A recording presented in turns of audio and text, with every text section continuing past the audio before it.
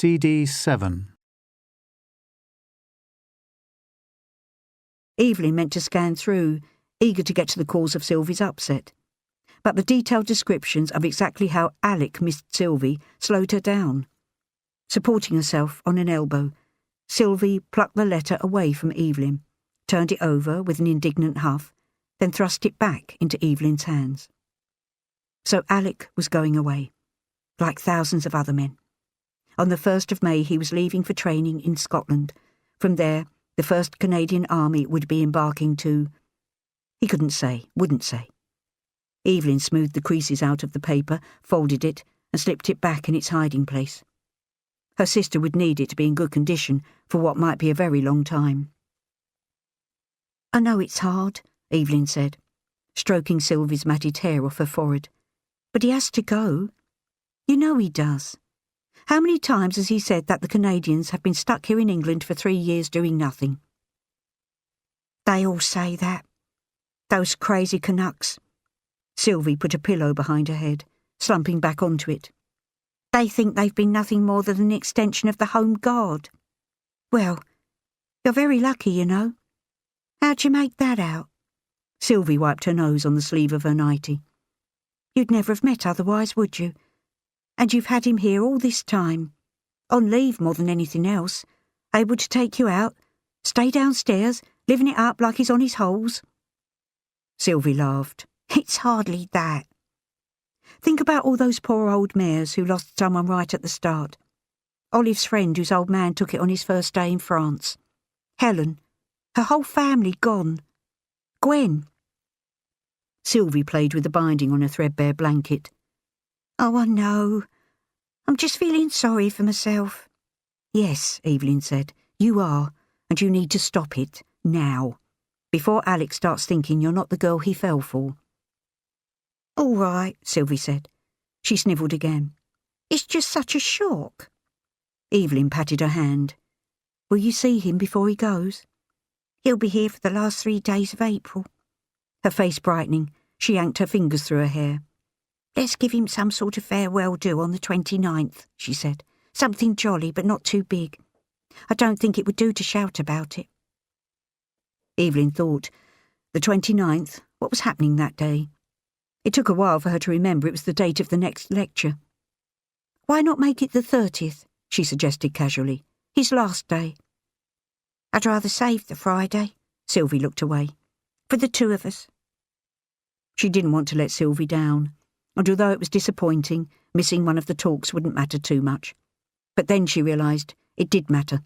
To her. "Let's think about this a bit more," Evelyn said. "What's there to think about?" "Well, perhaps if the leaving do is early on the Thursday, then you and Alec can have that evening and all of Friday to yourselves." She tilted her head to one side and hoped she looked encouraging. "That's a good point," Sylvie said, "although the party might go on and on." Evelyn shook her head from side to side. "I won't let it," she said. "It's the West that night, which is sure to put a damper on the evening when I mention it." Yes, there was nothing like the thought of a party to cheer up Sylvie. "A tea party, then. Let's start organising it right away." On the Wednesday night, Evelyn joined Alec and Sylvie at the Canucks' favoured club. Loud to the point of being an overbearing distraction, the music began vigorously and descended to a frenzy. Forced laughter replaced the usual free-flowing guffaws that came so easily and naturally to the Canadians. Fervent couples groped and slobbered over each other well before the lights dimmed. Too many cigarettes were smoked, too much alcohol consumed, too many promises made. With Stanley's posting, Malcolm pinned Evelyn down for most of the dance numbers, stepping with dexterity between her and any other man who approached to offer her his hand for a spin around the floor. She didn't mind. Malcolm was a great dance partner, and they'd found themselves together so many times when the music started that they were used to how each other moved. They took up their positions for a foxtrot. Evelyn knew where Malcolm's hands would be positioned and how they would feel, one firmly gripping hers, the other on her waist. Gliding together in aligned symmetry, Evelyn glanced at Malcolm, ready for one of his gags or clever observations. "Hey," he said, broadening his hand across her back. His eyes were the same transparent hazel as Alec's, but with brows and lashes so fair they seemed to disappear in bright light. He was shorter too, but had the same muscular build. Always fresh and clean, he looked and smelled as if he'd been out in clear mountain air under cloudless skies. "I've been thinking." "That, as my dad says, is a very dangerous thing." "That's good. I like it," Malcolm said. He smiled, his skin pulled tight over his cheekbones. "I'll have to remember that one." Evelyn hoped the flippant exchange would halt what she thought might be some serious admission on Malcolm's part. She didn't want him to ruin things now. They'd had fun together, but as far as she was concerned, that was all. She'd already made it clear there could be nothing between them. "Would you look at those two?" Malcolm said when they swung around at the corner of the dance floor and faced a different way. Evelyn looked over her shoulder at Sylvie and Alec, nestled close and unaware of anyone else. "They're always the same," she said, keeping her voice casual. They completed a circuit of the floor before Malcolm sighed and said, "I sure wish I had a girl to write me." "Don't you get letters from home?" Evelyn asked. Sure he must. "Oh, yeah. Of course," he laughed. "Don't feel sorry for me. I'm not an orphan or anything. It's just that it would mean kind of a lot to get some mail, once in a while, from a special girl, like lots of the guys do. Look, Evelyn, Stopping mid-spin, Evelyn kissed him on the tip of his soap-scented nose. "Let's sit for a bit," she said. They found their table, empty now, and downed their drinks. "I've never led you on, Malcolm, and if I have, then I'm sorry." He rubbed her hand and inspected it, as if he was trying to memorise its idiosyncrasies. "No," he said. "Worse luck. I'd have loved to be led on by a girl like you." "Are you sure you're not Irish?" Evelyn said. "You've got enough Blarney for it." "No, ma'am. Canadian-Scottish through and through. Your king is my king." He lit each of them a cigarette. "I know where we stand, Evelyn, and I do know that you're seeing someone else. That Stan guy you introduced me once. But I was hoping we could write, just while I'm, away. I'd sure look forward to hearing from you." What harm would it do? Evelyn thought. It might even be interesting, give her another perspective on things. "Of course," she said, kissing him again. "I'd love to keep in touch. I'll write once a week." The following afternoon was for the family. Sylvie and Evelyn had laid out a high tea, the highlight of which was corned beef sandwiches with a scrape of horseradish sauce on one slice of the bread. The apple jelly was made with the water poured off a saucepan of boiled new potatoes. No one complained or was any the wiser. Uncle Bert brought along his shove halfpenny board and they played a raucous game. Evelyn and Sylvie saying they had let Alec win so he wouldn't go away feeling sour. They sang "Hail, Hail, the gang's all here" and "Don't get around much anymore." Alec took Sylvie's hand and began a rendition of "You'll Never Know." But when Sylvie joined in, her strong, animated voice bumped into a sob in her throat and the song came to an abrupt end. When Evelyn made her excuses to a chorus of boos and jeers, she heard Dad insist on taking Alec to the pub to have a pint with Uncle Bert and some of the regulars. Pulling the front door closed behind her, she stood and imagined Sylvie's face as their plan threatened to fail. She waited until the three men stepped outside, then grabbed Dad's arm. "1 pint only," she hissed in his ear. "Then you return him to Sylvie." "Right you are." Dad sounded surprised by Evelyn's forcefulness. Or his own ready answer. Or both. She didn't see Sylvie or Alec again until early Saturday morning, although Evelyn heard Sylvie slip into the bed next to hers after midnight. There was no butter for Evelyn or Dad at breakfast, no powdered egg, tea so weak it looked as though the leaves had been waved over the pot. Alec protested, but he got all the rations. Sylvie sat on the stairs while Dad and Evelyn said their goodbyes. "So long, sir," Alec said to Dad, his kit bag over his shoulder. Dad grasped Alec's hand with both of his, holding on tight. "We don't say goodbye in this country, young man," he said. "We say ta-ra, old mate. See you soon." Alec nodded, his swollen Adam's apple rising and falling as he swallowed. They clapped each other on the back, circled shoulders with their arms, Dad's head squashing into Alec's chest Evelyn heard Alec whisper, "Thank you for..." His eyes turned to the wall that Sylvie was sitting behind. Dad managed a choking sound in reply. "We're very proud of you, son," he said. "Go get 'em." A hug and an unsteady smile were all Evelyn could manage. Then she turned Alec around and pointed him in the direction of the hallway. He took a deep breath, gathered himself together and strutted smartly towards where Sylvie was waiting. After a short space of time, the front door closed. A bulky shape passed the sitting room window, head down, then disappeared. All that energy, the dynamism, the masculinity, the good nature and optimistic outlook, gone. She went to Sylvie and put her arms around her neck. Sylvie got on with it. She dried her tears, dyed her hair a richer shade of brown, painted her lips and ran a white pencil under her nails. Work on the bridge continued. After a few weeks, dancing resumed, although Sylvie refused to partner anyone but Evelyn. Letters began to be delivered, return correspondence posted. Evelyn read Malcolm's letters aloud to Dad and Sylvie, all three of them enjoying his hilarious retelling of arduous training, wet kit, shaving in ice-cold water, lukewarm stodgy rations, card games after lights out. Evelyn could picture his fresh face, hear him humming through everything. "Would you believe I was so beat one night," he wrote, "that I crashed out on my bunk in full gear, boots and all still laced? I tell you, there was one mad panic in the morning when I had to be polished and gleaming for parade at 6. Alec's letters were longer and more detailed. Sylvie read parts of them out, but others she kept to herself. It was quite a few weeks before Evelyn could walk past the old dance hall that must be struggling for clientele now the Canadians had been posted.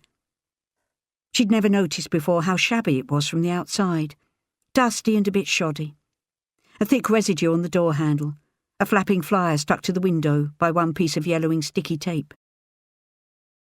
The third talk at Regent Street was scheduled for a fortnight after the men's departure. But once again there was the possibility she would have to cancel, and this time it was because of Gwen. She'd been away from the bridge for a week with no message or doctor's note. Evelyn wrote to her but didn't receive a reply. Jim asked Evelyn to check on Gwen, as her confidant and one-time partner, to find out what was going on. One more day, he explained, and he would have to give Gwen the sack. Of course it was right that she should visit, she told herself, the bus to Cubitt Town taking twice as long as it should due to a burst gas pipe. But she didn't want to miss the roof of Mrs. Blackwood's little house being put in place, so would try to make the visit short. Betty answered the door and pulled Evelyn into the kitchen. "Gwen will be pleased to see you," she said. "I'm pleased to see you. You're a godsend. Tea?" "Please," Evelyn answered. "Where is she?" "Bed." Betty pushed her lips together until the colour drained from them. "I can hardly get her up." "Not flu again?" Betty shook her head. "It's her nerves. She's let them get the better of her." They drank their tea standing next to the sink. A line of clothes hung in the yard, stiff and dry in the summer sun. "Do you think she'd come out with me for a bit?" Evelyn asked, remembering the day they'd spent in the park last year, when Gwen's spirits lifted. "I doubt it, love. She won't even go out with George's arm to lean on when he's home." "Why hasn't she been signed off?" Evelyn asked. Betty sighed. "The doctor wants her to go to work. Says she'll be better off for it." "Do you think she's able? Jim's going to give her the boot if she doesn't come in or produce a sick note." "She needs to hear that," Betty said, putting her cup on the draining board. "I'll tell her you're here. Get her down." Gwen was shaky when she appeared, but kissed the top of Evelyn's head and seemed pleased to see her. She looked hot and sweaty, crusty flakes around her eyes and mouth, her nails a mess. Evelyn could see she was in no fit state for any sort of work, let alone something as treacherous as the tools. When Evelyn mentioned the doctor again, Betty shook her head behind Gwen's back and rubbed her thumb and index finger together. Evelyn bit her lip. It was expensive to keep having the doctor. Alone with Betty in the hall, Evelyn said, "I'll have to report back to Jim and hope that's good enough for now. What do you think, Betty?" "That's the best we can do," Betty agreed. "When George gets home, I'm sure, well, I think, he'll sort it all out." Then Betty suggested that perhaps they could work out a schedule between them to help build up Gwen's confidence, walks, bus rides, shopping, a visit to the baths. Evelyn said she would be happy to help as much as her shifts allowed. But not Wednesday evenings, she added, unable to look Betty in the eye. I have something else I have to do on Wednesday evenings for a few weeks. Betty didn't question her, but as she walked to the bus, she felt remorse wash over her. She stopped and was about to turn back and revoke the midweek codicil to their agreement. Then she decided that she would wait and see how things moved along before committing herself and losing out on the lectures she was enjoying so much. She could always step in on a Wednesday evening if push came to shove, and that would assuage her guilt. On the bus to Regent Street, Evelyn thought about Mrs. Blackwood.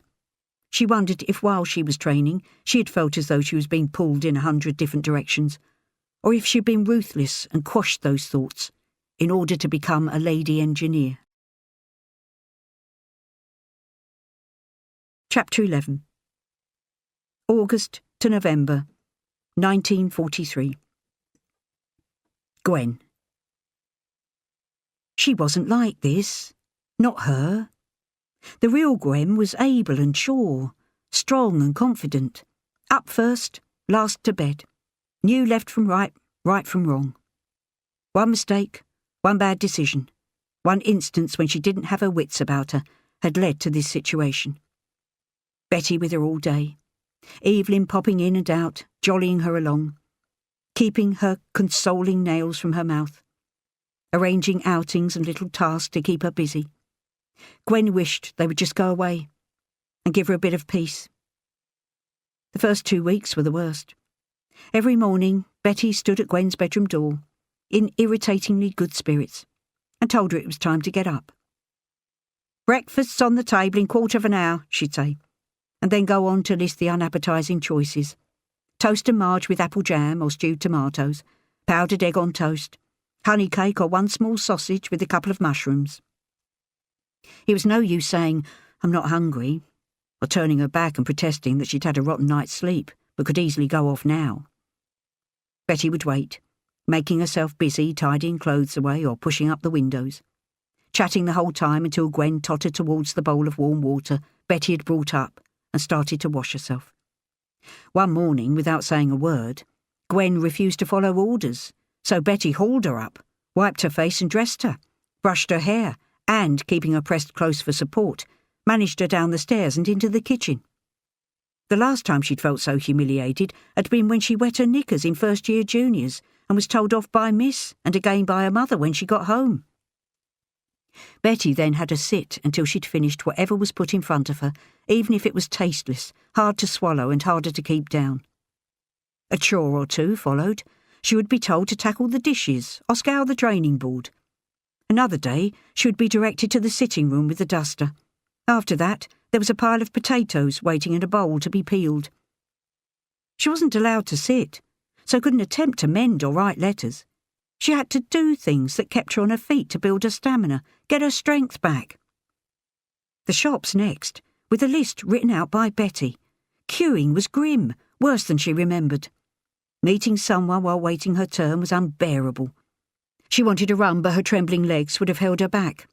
With heat prickling her armpits and a dry mouth, she stammered her way through conversations that sounded as though they were either taking place in the distance or being shouted through a loud hailer. Betty gave Gwen time to gather her thoughts and talk, taking over when she could see it all got too much, stroking her wrist all the while with the light touch of an insect's wings that Gwen had to force herself not to swat away. After dinner, she was exhausted enough to sink into a nap devoid of the intrusive images that had dogged her. George lying twisted on a train track, Will or Ruthie slithering at her feet, their legs in their hands, Evelyn plummeting from the bridge, Betty crushed under the rubble of an Anderson, and Johnny. In the second before she woke, he always appeared, standing and staring at her, just beyond her reach.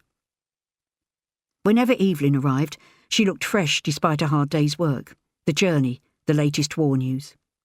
Their voices low, she and Betty would have a chat in the kitchen, discussing her, no doubt. But she didn't care to listen at the door to hear what they were saying. Evelyn talked non-stop too, in what Gwen hadn't noticed before as a rather sickly girlish voice. A couple of times she mentioned a man named Stan, who she'd referred to before in passing. Gwen didn't know they were still seeing each other. She really couldn't keep up. She also read letters aloud from someone called Malcolm, who was fighting in Sicily with her sister's boyfriend. Heroes they were, if the way Evelyn went on about them was anything to go by. She made them sound as brave as Wing Commander Guy Gibson and his crew. They'd go for a walk, a bit further each time. They ventured to the baths, where after completing a number of laps set by Evelyn, Gwen floated on her back with eyes closed, imagining the cold sea caressing her, protecting her in its tidal drift until she reached a warm, sheltered haven where the past 3 years had never happened. By the end of the 3rd week, Gwen thought she was no better, but when she recalled how she'd felt and behaved at the start, she realised she was wrong. She was making progress. Since Johnny passed away, almost all of her energy had gone on thinking about him. Images of him, and that night pursued her, hunting her down, clamping into the depths of her with the ferocity of a rat, unable to stop biting until its jaws met. Like rodents gnawing away, leaving waste and debris strewn along the tunnels they carved. Roaming the infinite burrows, her self-reproach for Johnny grew. For George, too. The way she'd spoken to him, how badly she treated his attempts at reconciliation. As for Will and Ruth, she couldn't win with them. Her mind would volley disparate thoughts back and forth until she felt she was going mad. She should have sent them away earlier. She shouldn't have let them go at all. She should insist they come home now like so many other kids. Or George was right to make them stay in Wales until the war was over. She should write more often, or perhaps less. Now things were a bit clearer. She added Betty and Evelyn to her list of regrets, and was overwhelmed with shame.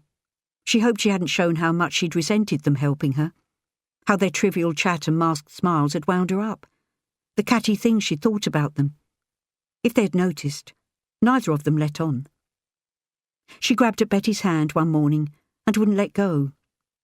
Now, Betty said, prizing her fingers loose. There ain't time for all that. There's carrots to scrape. Evelyn, in her own way, was as dismissive. No need for sop, she said. That shower's past, so we can walk to the Island Gardens for a change. Catch the bus back if you can't manage both ways.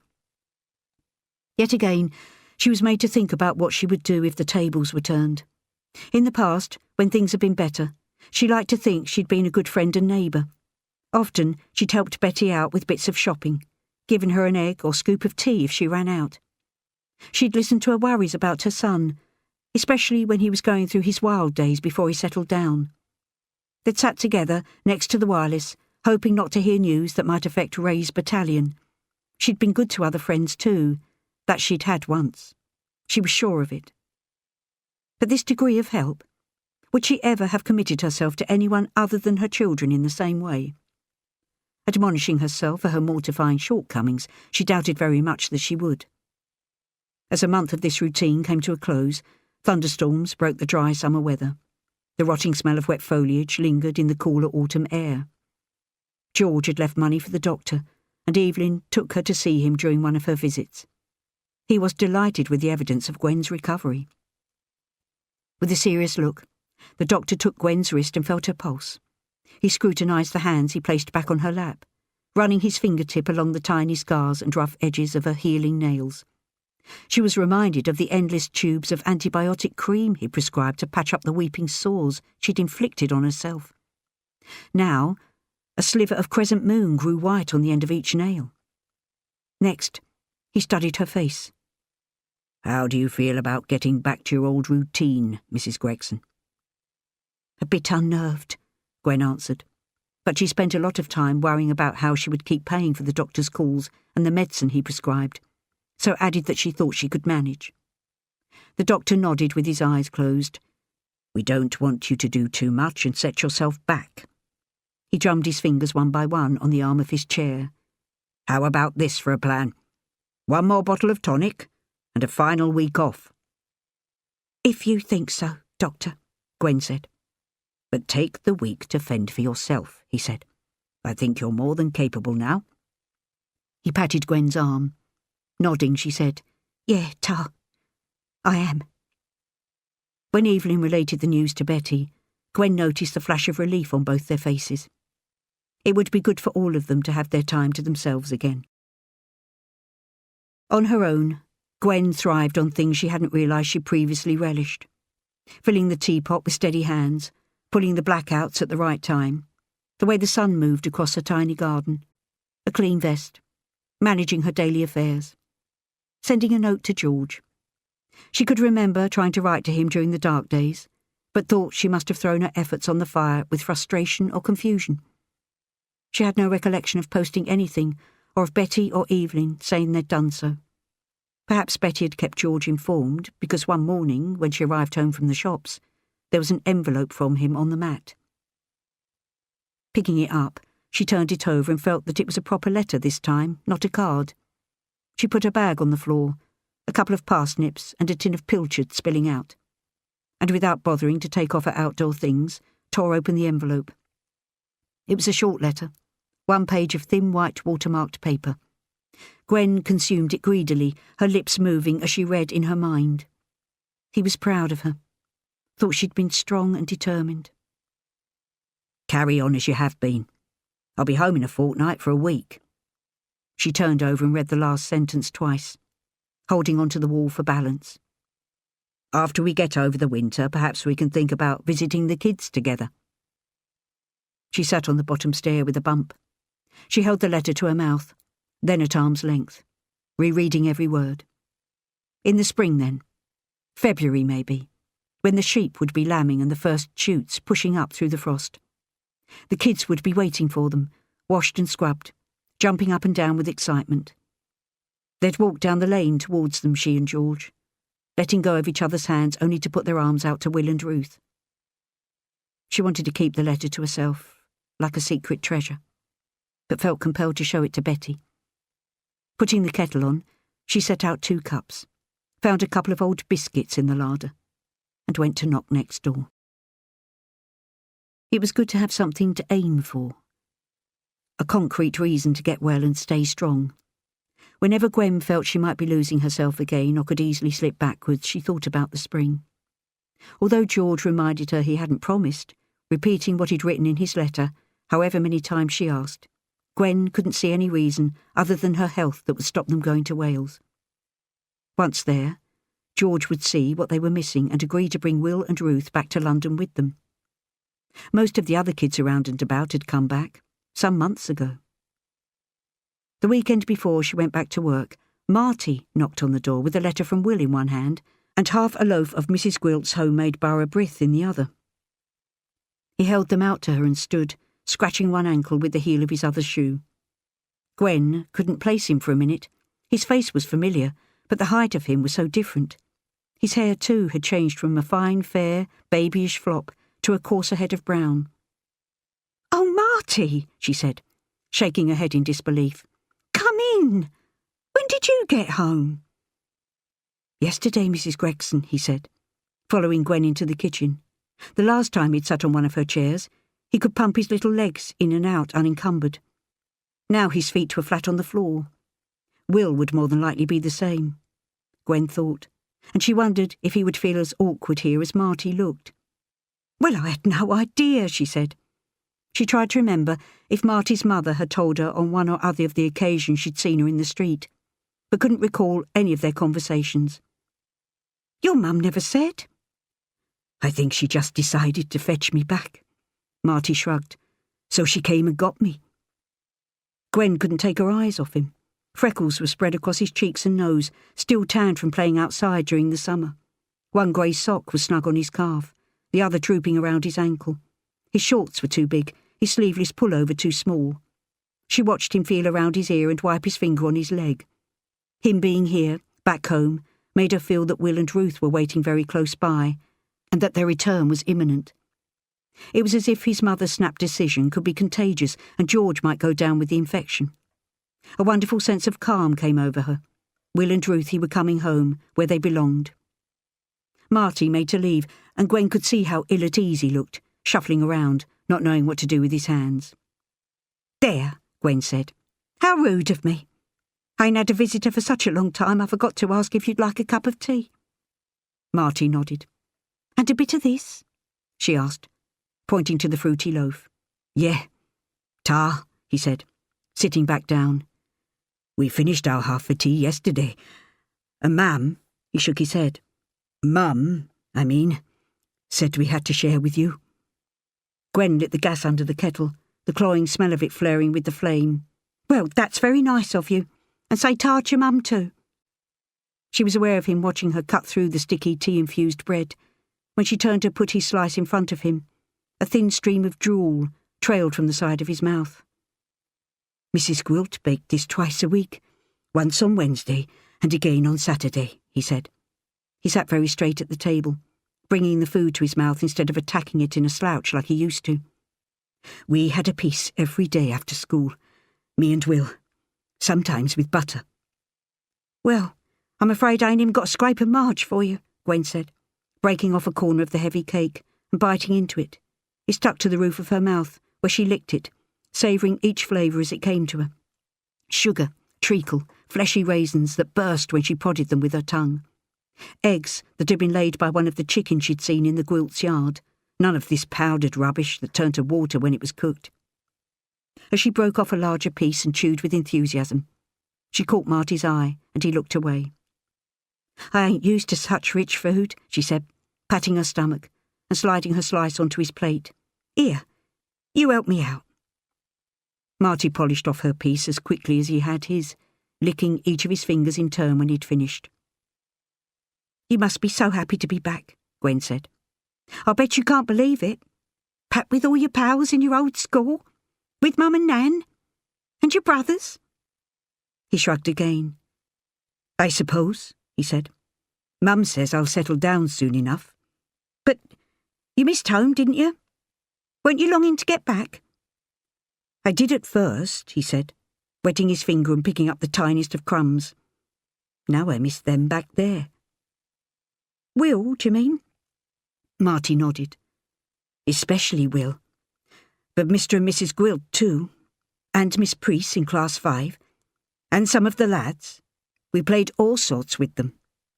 He sighed, and Gwen could see now that his eyes weren't wide and bright and his mouth was turned down. All along she'd worried that Will and Ruth might become too fond of who they were billeted with. Of course it was lovely that Ruth had Auntie Peggy and Mrs. Gwilt was much more favourable than Mrs. Morgan. She was grateful to them and could see herself sending them news every Christmas, maybe visit a couple of times throughout the years. But she hadn't liked it one bit when she heard Ruth's funny sing-song way of talking. It grated on her. And the things both kids said from time to time, foreign-sounding phrases like, isn't it, tagged onto the end of a sentence that wasn't even a question. Jealousy hit her hard at times. Thoughts of someone else sitting and helping her kids with their schoolwork, reminding them of their manners, telling them off, teaching them how to do things around the house and garden, guiding them, cuddling them. She wanted all that for herself. It was hers by rights. She'd earned it and deserved it. Until now, though, when Marty was here looking gawky and adrift, she hadn't grasped the extent to which the kids might have grown fond of their temporary homes and come to rely on them, and how much real home and family had faded from their minds. The thought of her own kids longing for Wales terrified her. Her calm state dissipated, and anxiety filled its place. I can't for the life of me think what I'll do with this, she said, handing the wrapped bar of brith back to Marty. You have it. But Mam said, you tell Mum that there's only me here, and I'll never finish it before it goes off. That would be a pity. Right then, he said. Lechi da. You what, Marty? Gwen made sure she looked confused, even though she knew full well what the words meant. Thanks. Ta very much. She nodded her approval. Say hello to your Mum. Oh, and Marty, let me know if you get a letter from Will, please. Ain't nothing like sharing a letter and a cup of tea. After she'd watched him lollop down the road, Gwen found her old notebook and started a list of reasons why Will and Ruth should come home in the spring. Number 1 read, if they're away any longer, they might think of Landsant as their actual home. Same with Auntie Peggy and the Gwilts. They might think of them more fondly than they do us. They might want to go back to Wales the minute they get home and never settle with us again. Before it started reminding her of the oncoming winter and that dreadful night, October used to be one of Gwen's favourite months. especially when the weather was like today, the sky an unbroken sheet of pale glacial blue, the air clean and sharp. She breathed in deeply, trying to get some of the cool expanse past the fluttering in her stomach. Evelyn was meeting her at the works entrance so they could walk into the changing room together. Then she'd have to report to Jim for the duty he'd arranged for her. As she approached, she could see Evelyn leaning against a wall, smoking and chatting to a man and a couple of women. She drew back into the cover of a doorway and waited until she could make out who they all were. The man she didn't recognise, but he soon finished his fag and said his cheerios. Sylvie was next to leave, which left a young girl, Alice maybe, who turned to face Evelyn and continued to talk, flinging her arms around and bobbing her head up and down. Gwen could cope with Alice. It was Olive she dreaded seeing. Evelyn waved when she saw her, and Alice turned, smiling. "Morning," Evelyn said. "Ain't it a lovely one?" Gwen pointed her elbow towards Evelyn for her to grab. "We'll all have cheeks like Alice's working outdoors today." "And mine will look chafed," Alice said, covering her face with her hands. "All right, Gwen. Proper nice to see you." "The same." Gwen nodded towards Alice, surprised that was all the girl had to say. No questions about where she'd been for weeks on end, no prying or poking or looking uncomfortable. She dared not let herself believe it would be the same with everyone. They moved into the flow of workers, jostling their way towards the time clock. "We were talking about the strike at Hillington," Evelyn said to Gwen as they joined the queue. "Where?" Gwen asked. "At the Rolls-Royce, in Hillington." "I ain't heard about that," Gwen said, "but I can't for the life of me find my clocking-in card." Evelyn and Alice helped her to search amongst the G's, letting others move around and past them. "Perhaps it weren't set up again yet," Alice said. "Never mind. Tell Jim when you sees him." Gwen stood aside, while Evelyn and Alice fed their cards into the time recorder that stamped the date and time onto them with a ping. It was amazing, Gwen thought as she watched. A wonderful piece of modern engineering. "You'll hear a lot of talk about the strike," Alice said, as if their previous conversation hadn't been interrupted. "Some thinks it's a good thing. Some don't."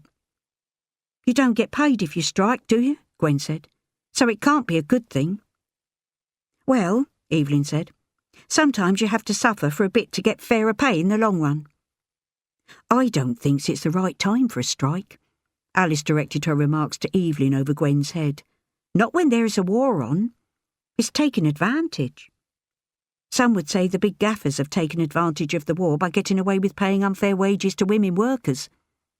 Evelyn pushed open the changing room door and held it for Gwen. "Doing exactly the same job as the blokes and all," she said. Gwen felt worried for Evelyn. Now what was she getting herself into? "I still thinks it's wrong," Alice said, shuddering. "Makes them look like traitors to me. I hope it don't spread here." The changing room was packed out, hot and fusty. One wall had been painted a dark mustard. Evelyn had told her about that, and how, despite the wet paint warning signs, Olive had put a hand on it to steady herself, then smeared dirty yellow streaks down anyone within striking distance. The other walls were in a worse state than ever, bubbling, peeling paint, chipped gypsum board. The air was thick with sweat and talc, mildew and wet wool. Lily of the valley, fried food, bad teeth. Evening in Paris. Shoes and boots cluttered the floor. Dresses, coats and hats hung from hooks or lay where they were flung on benches. And the noise. Gwen didn't remember it being this loud before she was ill. She couldn't understand why a girl changing on one side of the room had to shout to her pal at the opposite end instead of moving closer to her, like she did when she wanted to talk to Evelyn. No one said a word to her as she followed Evelyn and Alice's path to the far corner where there was a postage stamp of space and a couple of empty hooks. Gwen dropped her work bag onto the bench and, turning to face the corner, began to change with quick, adept movements, not wanting to draw attention to herself. "Oi!" A shout from near the door. It sounded like Olive. "You!" Gwen's fingers, working along the buttons on her dress, began to fumble and shake. Her head and neck bobbed with tension. The noise dropped, and Gwen could feel dozens of eyes on her back. She was going to get picked on here and now, in front of everyone. The atmosphere pressed in on her, making it difficult to breathe. "I'm talking to you, missy!" The screech came again. "I ain't forgotten that fag!" Gwen knew she didn't owe Olive or anyone else a cigarette, so allowed herself to look across the room over her shoulder. Olive had one hand on her knotted headscarf, the other pointing at Evelyn. Olive glanced at her, then back at her prey. "Don't worry yourself," Evelyn said, pulling a tobacco tin out of her pocket. "Here it is." She stepped towards Olive and threw the fag towards her as if she was aiming at a dartboard. "We're quits then," Olive said, catching it in one hand. Evelyn moved back to their corner and stepped into her dungarees. "I'm not sure how you make that out," she said. "You owed me 2 from the week before." This remark caused an outburst of laughter and jibes from around the room. "You'll have to prove it." Olive laughed louder than anyone, looking from one to another of the women for approval. Her gaze rested on Gwen again for a second, but there was no dig or sarcastic comment. It was easier after that, when she realised her absence hadn't registered with most of her co-workers. She might have felt offended that she wasn't missed, but to the people who mattered, she had been. And now she could go about her business without having to defend herself. Besides, the world had never stood still for her, and she'd never expected it to. If by any chance she did have the power to arrange things so it would, this point in time would not be where she wanted her life to pause. That date would be any before the 1st of September 1939, when this wretched war was declared. The steady expansion of the bridge hadn't ceased either. All manner of vehicles and pedestrians trundled in an endless flow from one side to the other like ants on the march. To get to this point, the work had been immense. Colossal slabs of concrete swinging from cranes, huge iron girders slotted into place. Enormous vats of tarmacadam stirred and boiled, slabs and spans eased into place. Now crews of workers were bending over, concentrating on small areas of beading, finishing off balustrades and stone steps, and the 2 as yet unopened lanes. The temporary crossing had diminished in size and significance. When Gwen started, she had thought its steel latticework imposing and grand. Now it had given up its standing to the permanent bridge. Evelyn left her at Jim's office, arranging to meet for their break. Jim smiled when he saw her and beckoned her to take a seat. He looked different too, greyer and more drawn than she recalled. He'd been so good to her, giving her more than a fair share of chances to pull herself together. Not many gaffers would do the same, George had said. "Good to see you, Gwen," Jim said. "Ta, Jim, and thanks for having me back." Jim looked down at his hands. "Wouldn't do us any good to lose one of our best workers, would it?" He clasped his hands behind his head and rocked back on his chair, something she forever nagged the kids about. In her mind, she saw them losing their balance and gashing their heads open. She started towards Jim with an outstretched hand, but he thumped all 4 chair legs back on the floor and said, "I don't want you to take this the wrong way, but now you're here, I don't know what to do with you." Gwen was expecting something a bit more sympathetic, but liked his honesty. She shifted in her seat and waited. "My dilemma is this," Jim said. "I could use you out there on any of those crews, but I don't want you to do too much too soon. On the other hand, the only alternative is for you to sit in here with me and tidy up this mess." Gwen took in the papers strewn over every surface, cardboard filing boxes stacked in corners, certificates and notices held at an angle on the pinboard by one thumbtack. Jim followed her gaze. "My assistants can't keep up with it," he said, looking sheepish. Had she been given the same choice when she started, she wouldn't have hesitated. Donning a tabard and wielding a duster, she would have had this tip sorted in no time, then kept on top of it. She would have felt superior to the women playing at a man's game, all of them press-ganged into a role they had no business filling. Now she looked out through the smudged windows and felt a certain amount of pride bulging in her chest, making her sit taller, tilting back her chin. Out there was where she belonged, even though there was no hope of her ever making sense of it, and she didn't have the inclination, like Evelyn did, to find out. But it was a useful thing they were doing. It made her feel good about herself. Besides, why on earth would she want to be cooped up in this office, as constricting and stale as the changing rooms, when she could be out in the open getting completely well for the spring? "You've been kind, Jim," she said, "but I think I'm ready to go back properly." "Good. All right then." Jim stood and scratched his head, leaving a strand of hair curling over one ear. "Report to Evelyn for this week, She said she could do with another pair of hands to bring down the temporary works. The day was warmer now. Overhead, squawking gulls looped in a wide circle, dredging for food with their eyes, dive-bombing their targets like Messerschmitts. The din was less forceful and crushing than she imagined it would be, the machinery more of a comforting hum than a grinding, grating racket. Evelyn looked up and smiled when she approached, signalling for her crew to down tools. She introduced Gwen to each of the girls, none of whom she knew. They nodded or said hello in a pleasant enough way, then pulled their shields over their faces and carried on. Evelyn explained what she wanted Gwen to do. "For now," she said, speaking firmly, "I want you to place these cut rods together in half dozens, then a couple of others will lift them onto the back of a lorry and drive them off. Okay with you?" Gwen nodded, pleased with the task. "You'll be moved back to the flame after that, I'm sure. We just want to make sure you're acclimatised." Gwen smiled to herself at Evelyn's turn of phrase, wondering which course she'd got the word from. Well, if she were younger, she might be more ambitious herself. But at this time in her life, she was striving for one thing only: the spring. Chapter 12. December 1943 to March 1944. Joan. Hazel was assembling some sort of contraption in the middle of the parlour. Spread out around her were large blocks of wood, which she was picking up at random and trying to piece together with the help of a handful of nails and screws. "Whatever are you up to now?" Joan said, shrugging off her coat and loosening her scarf. "For goodness sake, let me help." "Oh, hello, sweetheart. I didn't see you there." Hazel sat back on her haunches, looking defeated, pushed back the sleeves of her lavender cardigan and blew out a puff of air. "Mummy could do with a cuppa, couldn't you, Mummy? Joan will make it for you." Joan glanced at Ivy, barely visible amongst the soft folds of blankets and cushions enveloping her. Every week, more of Ivy seemed to fade away, making the winged chair that was her world appear to swell around her diminutive figure. "Tea can wait. Let's get this sorted first," she said. "What is it?" Holding her hand out for Joan to hoist her up, Hazel started to sing a verse from the old Jack Buchanan favourite, "Everything Stops for Tea."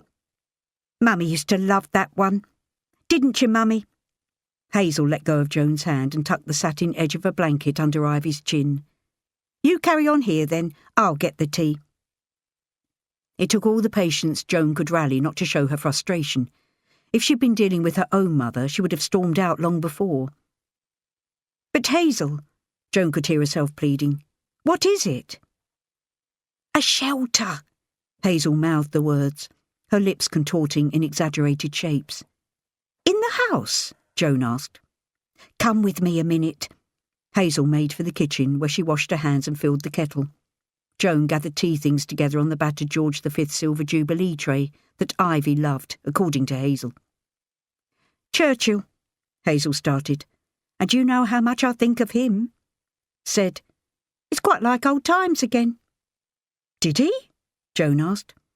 "But I beg your pardon, Hazel, what's that got to do with the shelter in the sitting room?" "The whole bloody thing's starting up again, that's what," Hazel said, steam streaming from the water she poured into the pot. Another series of nightly bombings had everyone living on the edge. The pattern this time seemed to be different, more feeble, less aggressive. Joan sniggered at her cynicism. Was this now the measure of the world they lived in, where bombing was ranked on a scale of antagonism? Surely it was all destructive and hostile, no matter the degree of belligerence. Nevertheless, it did seem as though this time around the Jerrys couldn't muster the same forcefulness and persistence they'd battered London with 3.5 years ago. "It's every night. Again," Hazel said. "Regular as clockwork it starts." "Yes," Joan said, "I know. But it doesn't last until dawn, does it? So not quite like old times." "You are a sensible girl, Joan, but that was last night and the night before. Who can tell what tonight might bring?" She was right, of course. That was the worst of it, and it had everyone scuttling for cover once more. Hoping to revive herself, Joan flicked cold water on her face. The shift had been a hard one, when fog as thick and glutinous as rice pudding made working the crane difficult. Thankfully, no one was hurt when she dropped a load too soon, although there was talk of a girl on the far side being taken to hospital with a mangled leg. Hazel stood close to Joan and lowered her voice. "I don't want to alarm Mummy." "No, of course not," Joan said. "But I've got to get her shelter ready to use tonight. I've not slept this past week for worrying she's not safe." Picking up the tray, Joan said, "So that's what you're trying to put together. But how does it work?" "Wait, and I'll tell you. I don't want Mummy to hear." Joan turned and looked at her landlady, a fine mixture of strawberry blonde and grey twists of hair corkscrewing from her loose bun, pale eyes almost feverish, high cheekbones pink with exertion. Often when Joan was with Hazel, something inside her seemed to crack open and ooze with pity for the woman whose life had been this and nothing else. That and a touch of admiration. "A neighbour made it for me after Mummy had her stroke and wasn't able for getting under the table any longer. Mummy used to... Ivy used to shelter under the table." Joan remembered the Anderson her father had put up for Mother, and kitted out with gramophone, wireless, sherry in a decanter, petty point frame. Hazel nodded. "We both did. Quite happy we were. I had my books I could read to Mummy, and my knitting, of course. We tried to make a little party of it, sometimes when the noise was so loud we couldn't sleep. You know, tea and cake, a round of Old Maid." To prevent Hazel from seeing that the irony wasn't lost on her, Joan closed her eyes and nodded purposefully. "So," she said, "how does the neighbour's makeshift shelter work?" "Well, it was my idea." Hazel sounded proud. "But my lovely neighbour made it. When you nail the pieces of wood together, and that's the bit I can't seem to get right, the frame then fits right over the bed. Just the ticket." "But what about you? Where do you shelter?" "I crawl in with Mummy," Hazel said, looking astounded. "Like always." Joan had never thought about it before, having presumed that after Ivy was tucked up, Hazel made up a bed for herself on a couple of chairs or on the floor. "Leave it to me and Alice," Joan said, picking up the tray. "She'll be back soon. We'll have it done in a flash." "You are a couple of sweethearts," Hazel said. "Let's see what's left on the sideboard. Oh, a lovely bit of tack. Mummy will enjoy that softened in her tea." With another person to hold the boards while they were nailed together, the shelter was constructed without a fuss. In addition to the holes already driven through, Alice and Joan beat in a fresh series to make the crude structure sturdier. They then moved the old warm furniture around the crowded sitting room so that things were more manageable for Hazel, who was effusive in her thanks. "We're used to heavy work." Alice was unfazed. "We does it every day." "Well, I can't thank you enough. We're so lucky to have you two girls here, aren't we, Mummy?" Joan looked across at Ivy, whose eyes were fixed on Hazel. They'd all get a shock if she answered her daughter one day. "Oh, in all the excitement I quite forgot." Hazel stepped over to the sideboard. "2 letters for you, Joan. One from your mother, not that I peeked, but I recognise her writing by now, and another from an unknown sender." Batting her eyelashes in what she must have thought a coquettish manner, she fanned Joan's face with the envelope.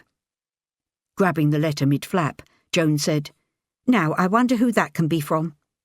"So did we, didn't we, Mummy?" Hazel said, "but I'm sure we haven't a clue." Joan examined the unfamiliar handwriting. "That," she said, "makes 3 of us." Alone in her room, Joan tossed the unread letter from Mother to one side and stared down at the mystery envelope. It could be from Cyril, apologising to her at last. Then again, it looked too neat and well blotted for him. Ralph, perhaps, coming back for her. No, the paper was to W.H. Smith and not enough Selfridges. But who could the sender possibly be, if not one of them? She took a deep breath and lifted the flap. "Dear Joan Violin." It was from Colin. After all this time, she hadn't seen or heard from him since she'd absented herself from the orchestra. She kicked off her shoes and leaned back on the bed, smiling when she remembered how he'd made her laugh. "I don't suppose for a minute you remember me, you old chum, Colin Cello. You saved me from what would have been certain death by whispering the correct way to address Sir Ralph Myers. So, as I'm forever in your debt, I decided to hunt you down. The last I heard about you, 3 years or so ago, was that you had a horrid bout of gastroenteritis, after which you never returned to the hall. I do hope you've made a full recovery. I am still a slave to my first love, the muse of music, but I longed to cut a dash in uniform, so joined the RAF, and was immediately assigned to their very own symphony orchestra. Somehow I managed to talk them round to allowing me to fly a plane or two instead of playing it safe with the cello, so I've ratcheted up quite a few hours on the wing. Perhaps you'd agree to meet up with me for a bit of a chin whack. I expect you're chomping at the bit to find out how and why I traced you. I know I would be. Well, all can be revealed Saturday next, 6:30 p.m, outside the Empire in Leicester Square. Yours, Colin. Closing her eyes, Joan thought about Colin. He'd been very entertaining, young and gawky, never afraid to poke fun at himself and everyone else. His face had been so fresh and unlined, he couldn't have shaved more than once or twice a week at the most. She found it hard to imagine a grittier-faced Colin, stubble on his chin and cheeks. During one rehearsal, she turned to see him in a rapture, his eyes closed, head waggling from side to side like a puppy listening for the return of its master. She remembered thinking the music must be ingrained in him, living and moving with his every heartbeat. She almost came a cropper then, when his cross eyes sprang open and his jaw, jutting towards her, pulled his bottom lip up to his nose. He could have won a Cornish gurning competition. It hadn't all been fun, though, had it? She squirmed when the look of disillusion on Colin's face forced its way past the good memories to the forefront of her mind. He'd known about her and Ralph. Everyone at the hall must have. She'd been as spectacularly inept at hiding it as she had been at hiding Cyril from the women on the bridge.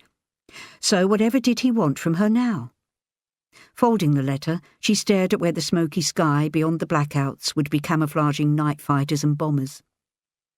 From downstairs came the low grumble of the wooden shelter being shifted into position. Perhaps she should give Hazel a hand, make sure she and Ivy felt safe. It would be interesting to see them lying side by side under their timber canopy. But she lay still and thought about what Colin could want from her now. Bribery or extortion, maybe. But she couldn't imagine the boyish Colin being devious or underhand in any way, even if he was older and wiser now. No, Colin was as readable as a lilting line of music, so it was puzzling for her to imagine what he wanted to talk to her about. A tap on the door, followed by a sturdy hand holding a bottle of sherry. "A bit of what you fancy?" Joan threw the letters onto a bedside table. "Come in, Alice. Where did you get that?" "Hazel," she said, placing 2 minute glasses next to the bottle on the floor and bouncing down on the bed. "She wanted us to have a drop to say thanks very much for helping, but you hot-footed it upstairs with your secret treasure." 2 letters. Joan tried to sound offhand. Hardly a secret. Or a treasure. She inspected the bottle of ruby liquid in the light from the weak bulb. There were a fair few fingers left in it. Wonder where she keeps getting this stuff from. Alice shrugged. "No idea. How many times has she said this is the last bottle? Then she finds another one half full at the back of a cupboard." Pouring 2 glasses, she handed one to Joan. "Here's to secrets," she said, "and I reckon you has some of those." "And I think," Joan touched the tip of Alice's nose, "you've got along one of these." Knocking back the sweet syrupy tipple and filling her glass again, she went on. "Anyway, don't count on anything mysterious from me. I'm as unexciting as they come." Alice raised her glass to her mouth, wet her lips with sherry and licked them. "Who's the letter from, then?" "Mother," Joan said, enjoying the tingling as the alcohol coated her mouth and throat. "I knows about that one. The other, with no return sender on the back." "Oh!" Joan lingered over the word. "That one. Nobody important, just the Prince of Wales." "Give over. Even I know there's no Prince of Wales. More than likely it's from someone you met at the Prince of Wales. The one in Pimlico that smells of dog's ends." They laughed at this until they choked, and when one of them stopped, the other took over. Calming down enough to refill their glasses, Alice said, Tell us then. What is it you're hiding? I know there's something you doesn't let on about. Joan refused to answer. She preferred it when they were being silly. I got something I hide too, Alice said. Well, not hide, exactly. Something that's hard to talk about because of the shame. I tried to tell you a couple of times, but I never got very far. Did you? Joan asked. She had no recollection of Alice ever attempting to relate anything as traumatic as the experiences she herself had been through. Alice nodded. I think he was busy worrying about that horrible old bugger Cyril. Or Ralph, Joan thought. Or Mother. But she couldn't imagine what sort of secret Alice could be harbouring, and was intrigued. Perhaps she'd forgotten to get the chickens in one evening, or had lapped the cream from the top of the milk while everyone else was busy. From the corner of her eye, she watched Alice, who was concentrating on the way the last of her sherry clung to the sides of the glass when she swirled it around. Months ago, she'd realised that the patronising way she'd initially thought about Alice was inaccurate and unfair, and she didn't want to start the habit again. End of CD 7. CD 8. Any more of that left? She asked, holding her glass out. Plenty, Alice said. I'll have a top up too. Go on then. I'm listening now. Tell me. And will you go after me? Joan considered and decided she would gauge her response and how much she would or wouldn't tell according to the gravity of Alice's confession. Alice shook her head, impatient to get started. It don't matter one way or another if you does or you don't. That's up to you. I'll tell you anyway. She took a swig of sherry, a couple of deep breaths. Then she began. I were an ARP warden back home and right proud of it. One of the youngest in Gloucestershire, maybe the old country. Alice hesitated and ran her finger around the rim of her glass until it played a high whining note. And then because my pa and his friend drunk too much and did a wrong thing, I wrongly thought I was in my rights to do a wrong thing too, and it led to me neglecting my duties. Joan frowned and wondered how bad the wrong things could have been. I mean because of what I did or didn't do, people almost died. She lowered her head and her curls hung over her face. Joan pushed them aside, and she could see that Alice's face was burning. After the old sorry mess were finished and done, I suppose you could say I were made to feel so ashamed that I come to London to get away from the stares and wagging tongues. Joan looked into the bottom of her own glass. I can't imagine you doing anything shameful, Alice. Well, you have to remember, this weren't London, this were old Sodbury, where nothing much good or bad ever happens. They were quiet for a moment. Alice sighed, her broad shoulders hitching up and back down. It all involved a boy. Now I know he weren't worth my time. After the incident that ended so badly, he never come near me again. But, Alice seemed to brighten, the whole thing were a good lesson for me, and it's an old one. 2 wrongs don't make a right. Just because someone done something bad don't mean you have to follow their lead. She nodded to emphasise each syllable she spoke. I, for one, am determined never to get into the situation again whereby I blame others for what I do. I will make up my own mind about what's right and what's wrong. But you still go back to visit everyone in old Sodbury? The concept bemused Joan. How could you? Alice shrugged. It's hard when I'm there, the way they go on about what I did when all the time they've got faults of their own.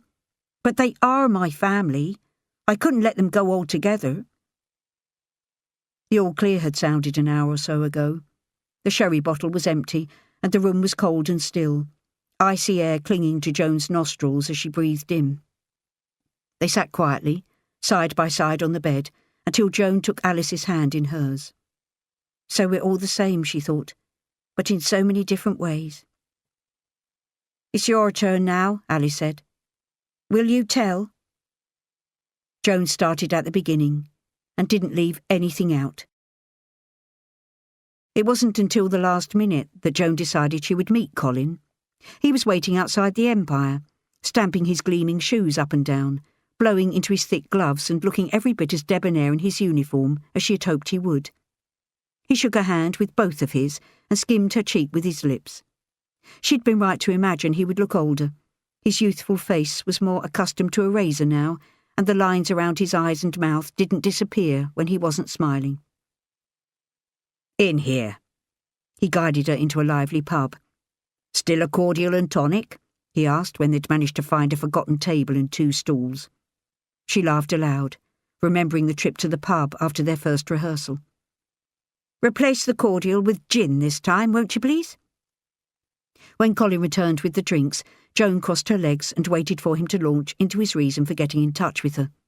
He was as charming and animated as ever, talking about news from the orchestra, his eyes bulging to emphasise scandal, narrowing when he whispered behind his hand about some intrigue or another. Edward and Eileen were engaged to be married, and had asked Colin to be best man. I'll have to stay off the sauce until after the speech, he said, tongue lolling, eyes flickering. Don't want to embarrass them too much. He sat up and rubbed his chin, looking thoughtful. Or do I? He burst into laughter. Well, Joan Violin, he went on, do you want to know why I was so desperate to find you? Yes, please, Joan said, sipping her drink. I'm curious. He told her he'd often wondered how she was, what she was doing, and whether she still played the violin. Your touch was sublime, he said, otherworldly. Joan was surprised but didn't comment. I asked the office at the hall and eventually they gave me your home address. Your mother told me you were working in construction and living in a ladies' hostel, so I wrote you there. Do you mind awfully, Joan dear, that I ran myself ragged to find you? Colin batted his eyelashes and went to lay his head on her shoulder. Joan pulled away from him, and he let out a sigh that reminded her of a fawning Romeo in the balcony scene. But why, Colin? She remained businesslike. Do you still play? He asked. Joan shook her head with rigid decisiveness. Would you again? Joan looked him in the eye and said, No. Not even for me? Colin lowered his eyes and feigned bashfulness. I've made up my mind, Joan said, and I don't intend to change it. But why are you asking, unless Mother's put you up to it? No mother involved, Colin said, sitting back. Just me. He went on to tell her he had been trying to organise a small jazz combo he had great hopes for, and wanted to concentrate his efforts on when the war ended, as he was sure it would any day now. He thought she would suit the setup perfectly. If she wanted to come along to his mum's house next time he was on leave, they could listen to some of the music he hoped to play and discuss the offer further. Perhaps join him and 1 or 2 others on a couple of numbers. Reaching into his pocket, he produced a card on which was printed an address under the heading, Colin's Cats. Joan wouldn't take it from him until she sensed he was about to cause a scene, then threw it into the bottom of her bag. She downed her drink and stood to leave. Thank you for thinking of me, Colin, but I won't change my mind. As stubborn as ever, Colin said, his open face hard with disappointment. And still intent on cutting off your nose to spite your face. The audacity of the remark stung. I'll say goodbye, Joan said, before I slap you. It rankled with Joan the number of times Colin and their conversation came to mind, given that she was so sure of her decision. A whistle off in the distance on the other side of the bridge would make her think of Middle Sea, and that would lead to music, to Colin's compliments, to the group she'd been invited to join. When she had a few moments' rest in between lifts with the crane, she wondered about the tunes the trio might play and what their audience might be like. Another conundrum was what she would do when the bridge was finished. More of the same somewhere else. She didn't think so. It wasn't exactly a calling for her like it seemed to have become for Evelyn. Most often she wondered whether Colin would really have her, if it ever came to it, if her playing was indeed inspired, as he'd intimated. Rain had been scarce during March, until one Thursday when it persisted in falling in sheets. Joan and Alice had planned an outing uptown to a tea dance, but the day-long downpour put paid to it. Kicking around in Joan's room for something to do, Alice reached under the bed and dragged out the violin case. Play it, she said. Oh, Alice, Joan wished she'd understand. We've been through this, haven't we? All right, then I will. Be my guest, Joan laughed. as Alice opened the case and wedged the voluptuous piece of wood under her chin. Raising the bow, she scratched it along the strings with all the weight of her hefty hands. "I can make it sing," she said. "Put it back," Joan ordered. Alice pranced around the room, scraping and grating out a caterwauling noise. "You'll ruin it!" Joan grabbed at Alice as she turned her back. "What do you care?" Alice said. "That's not how you do it." Joan plucked the instrument from Alice and cradled it into her neck. In her hand, the bow stroked and caressed the strings. Alice smiled at her and nodded. "Don't stop now," she whispered. No, Joan thought. I won't. She could not believe how familiar and reassuring the instrument felt in her hands, and she realised, with a lurch, how much she had missed playing. There was a knock on the door. "Oh, please come down," said Hazel. "Mummy's been longing to hear you play for ages." Chapter 13. April to July 1944. Evelyn. The blanched pallor of Dad's face stopped Evelyn short in the doorway. In his lap he turned over a letter, then turned it over again, leaving the imprint of his clammy fingers on the pale, flimsy envelope. "It's for Sylvie," he mouthed in a flat whisper that sounded as if all the life had been wrung out of it. "From Italy." He shook his head. "But not Alec's writing." "Sorry we're late," Sylvie shouted from the hallway. "Anything special happening round here? It'd make a change." Their eyes locked. Dad and Evelyn silently begged each other to take charge, to know what to say when they gave the unwelcome and unwanted news, as it couldn't be anything else. But neither of them made a move. At least, Evelyn thought, it's not an envelope edged in black like the one that had arrived last August. She'd thought that letter from Alec, addressed to all of them, must have been a mistake. Whose death would Alec have been notifying them about? But a letter about a death it was. And so they learned that Malcolm Russell McCowan had been killed on the 12th of September 1943 on the island of Sicily. Alec had thought it right and proper that he should inform the three of them, who would, by extension, have become part of Malcolm's family in due course. They sat together in the kitchen, a dagger of summer sun slicing through the teapot in the middle of the table, and cried for Alec's cousin. One final letter from Malcolm, dated the end of July, arrived almost immediately after Alec's. His flippant commentary on what sounded a hot, dusty, hungry conflict was painful to read. Evelyn wondered how he could compare heat exhaustion to all those times he'd had a few too many in the dear old Ship and Shovel, or how pushing forward hour by hour towards the Bernhardt line made him feel like a frontiersman trailblazing his way across Canada. She tried to remember him like that, optimistic and buoyant, jollying the other men along. There were times, though, when she couldn't stop herself imagining him taking the fire that killed him, his face, shocked and betrayed, momentarily aged in the instant before death. There were no more letters after that, and she missed them. She missed him being alive, a presence somewhere in the world, and the world would miss out, too, on everything that he could have brought to it. A very small parcel had arrived that November. Inside was a note from Malcolm's mother in Saskatchewan. As she thought they must have been close, she wanted Evelyn to have Malcolm's ID tag. She would keep the King James Bible he had in his pocket when he died a hero, in his mother's eyes. So, despite their chat before he left, Malcolm had been carrying a flame for her all through the Italian campaign. Evelyn had picked up the round, battered, dirt-red disc by its chain and laid it with care in the palm of her hand. The service number, L124824, was pressed along the top. Preb, for Presbyterian, she supposed. Underneath his name, CDN at the bottom. All that it had meant to be Malcolm, reduced to those 4 lines of embossed characters. Leaving a week or two to pass, Evelyn wrote back to Malcolm's mother, telling her what a lovely son she'd had. Evelyn said he'd been a gentleman who danced beautifully and kept everyone entertained with his stories and breezy outlook on life. And although she couldn't recall everything they'd talked about the last time she'd seen Malcolm in London, She told Mrs. McCowan that her son had said he was looking forward to getting into the thick of things at last, and that he loved his mother very much. There was no harm in that now. But it did seem wrong to let Malcolm's mother believe they'd been planning a future together, so she finished by saying she'd been fond of Malcolm, but they had never made promises to each other, and she would understand if on that basis Mrs. McCowan would like the ID tag back. When there was no reply, Evelyn wrapped the tag in tissue paper and put it in a little box alongside a marcasite brooch that had belonged to her mother.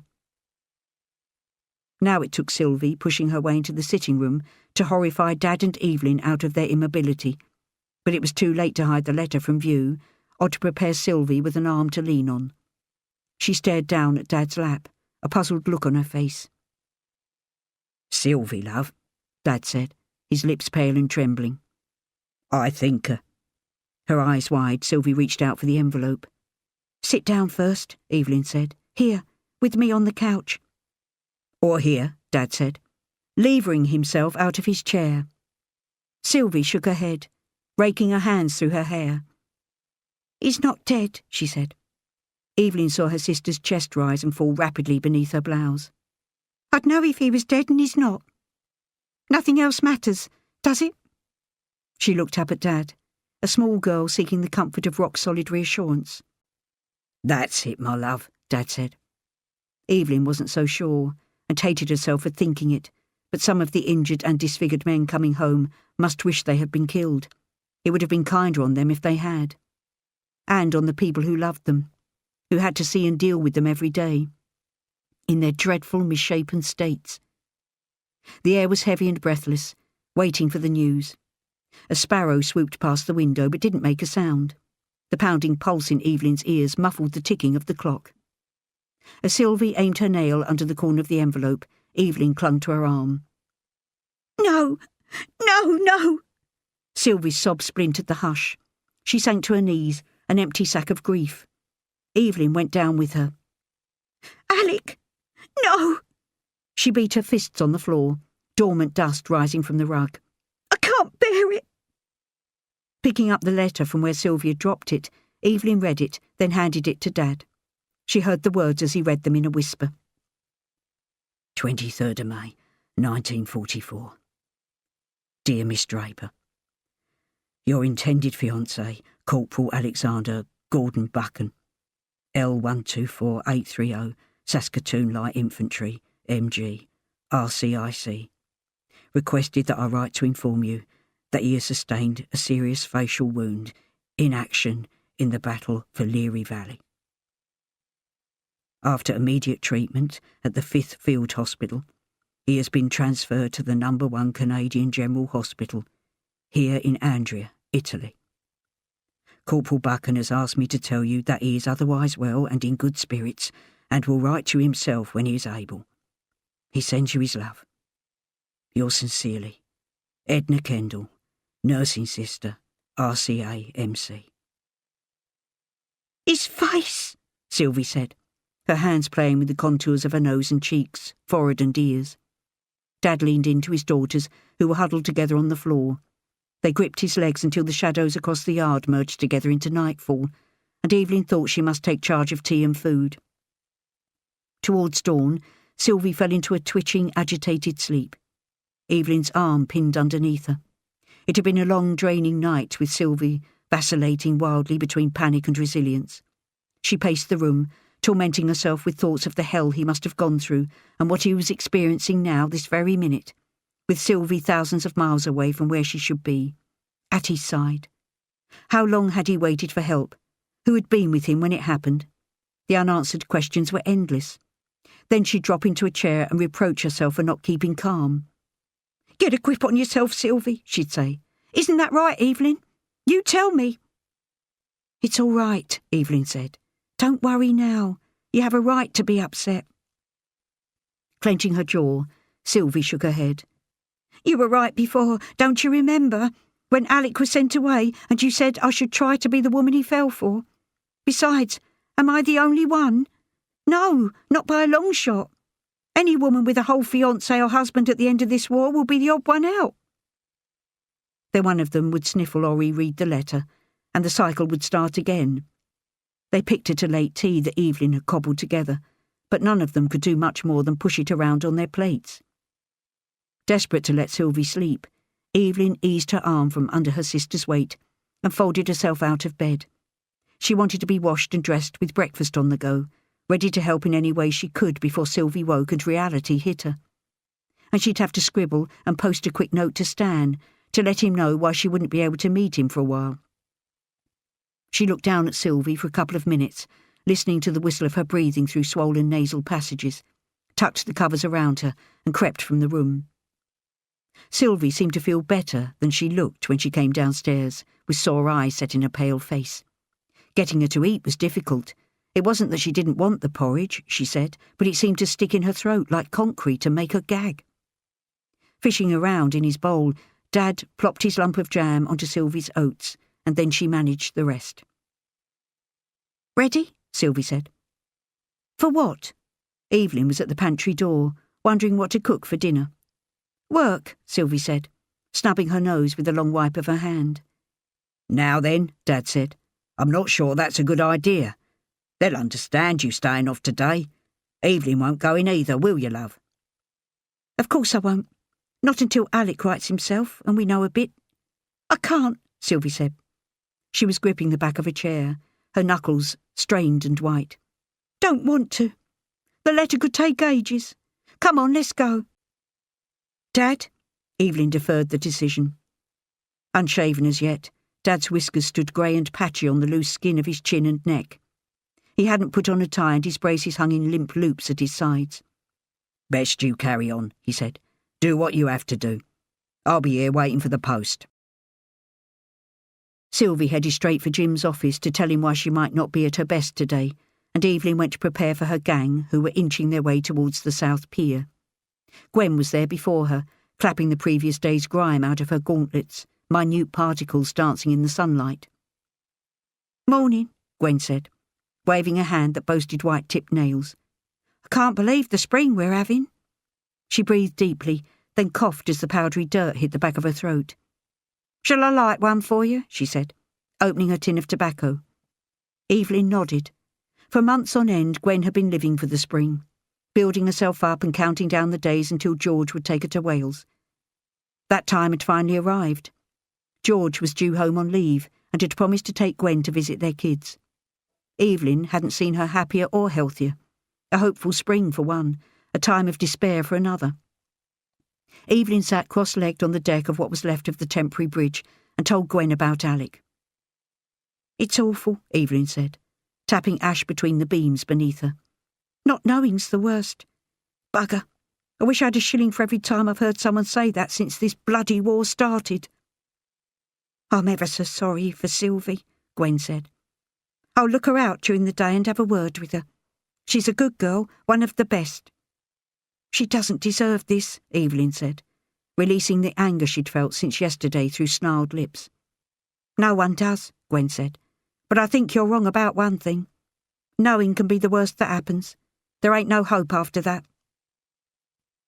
Determined to keep herself occupied, Sylvie put her name forward for any overtime going, and Evelyn, wanting to stay close to her sister, did the same.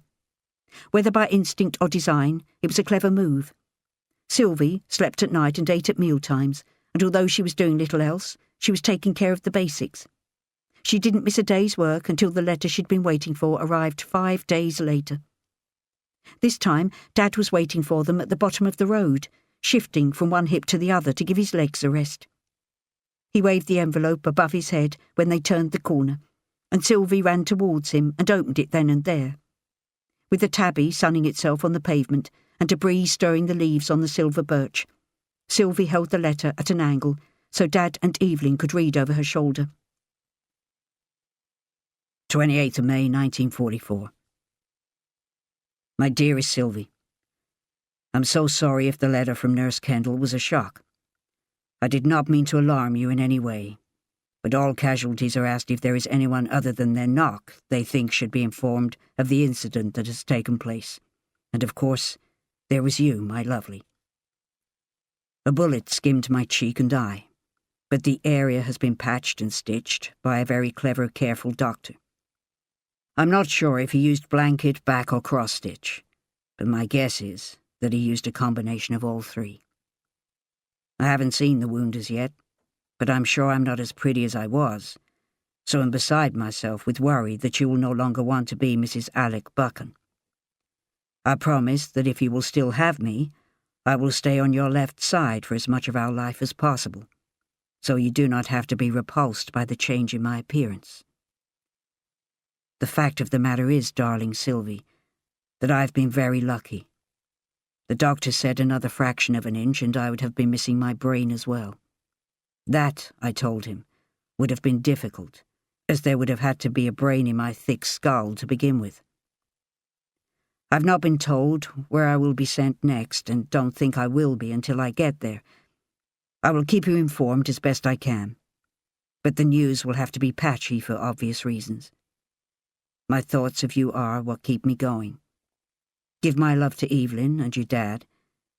Take care of each other. Your Alec. Kiss. Sylvie's warm, pallid skin turned to the colour of curds.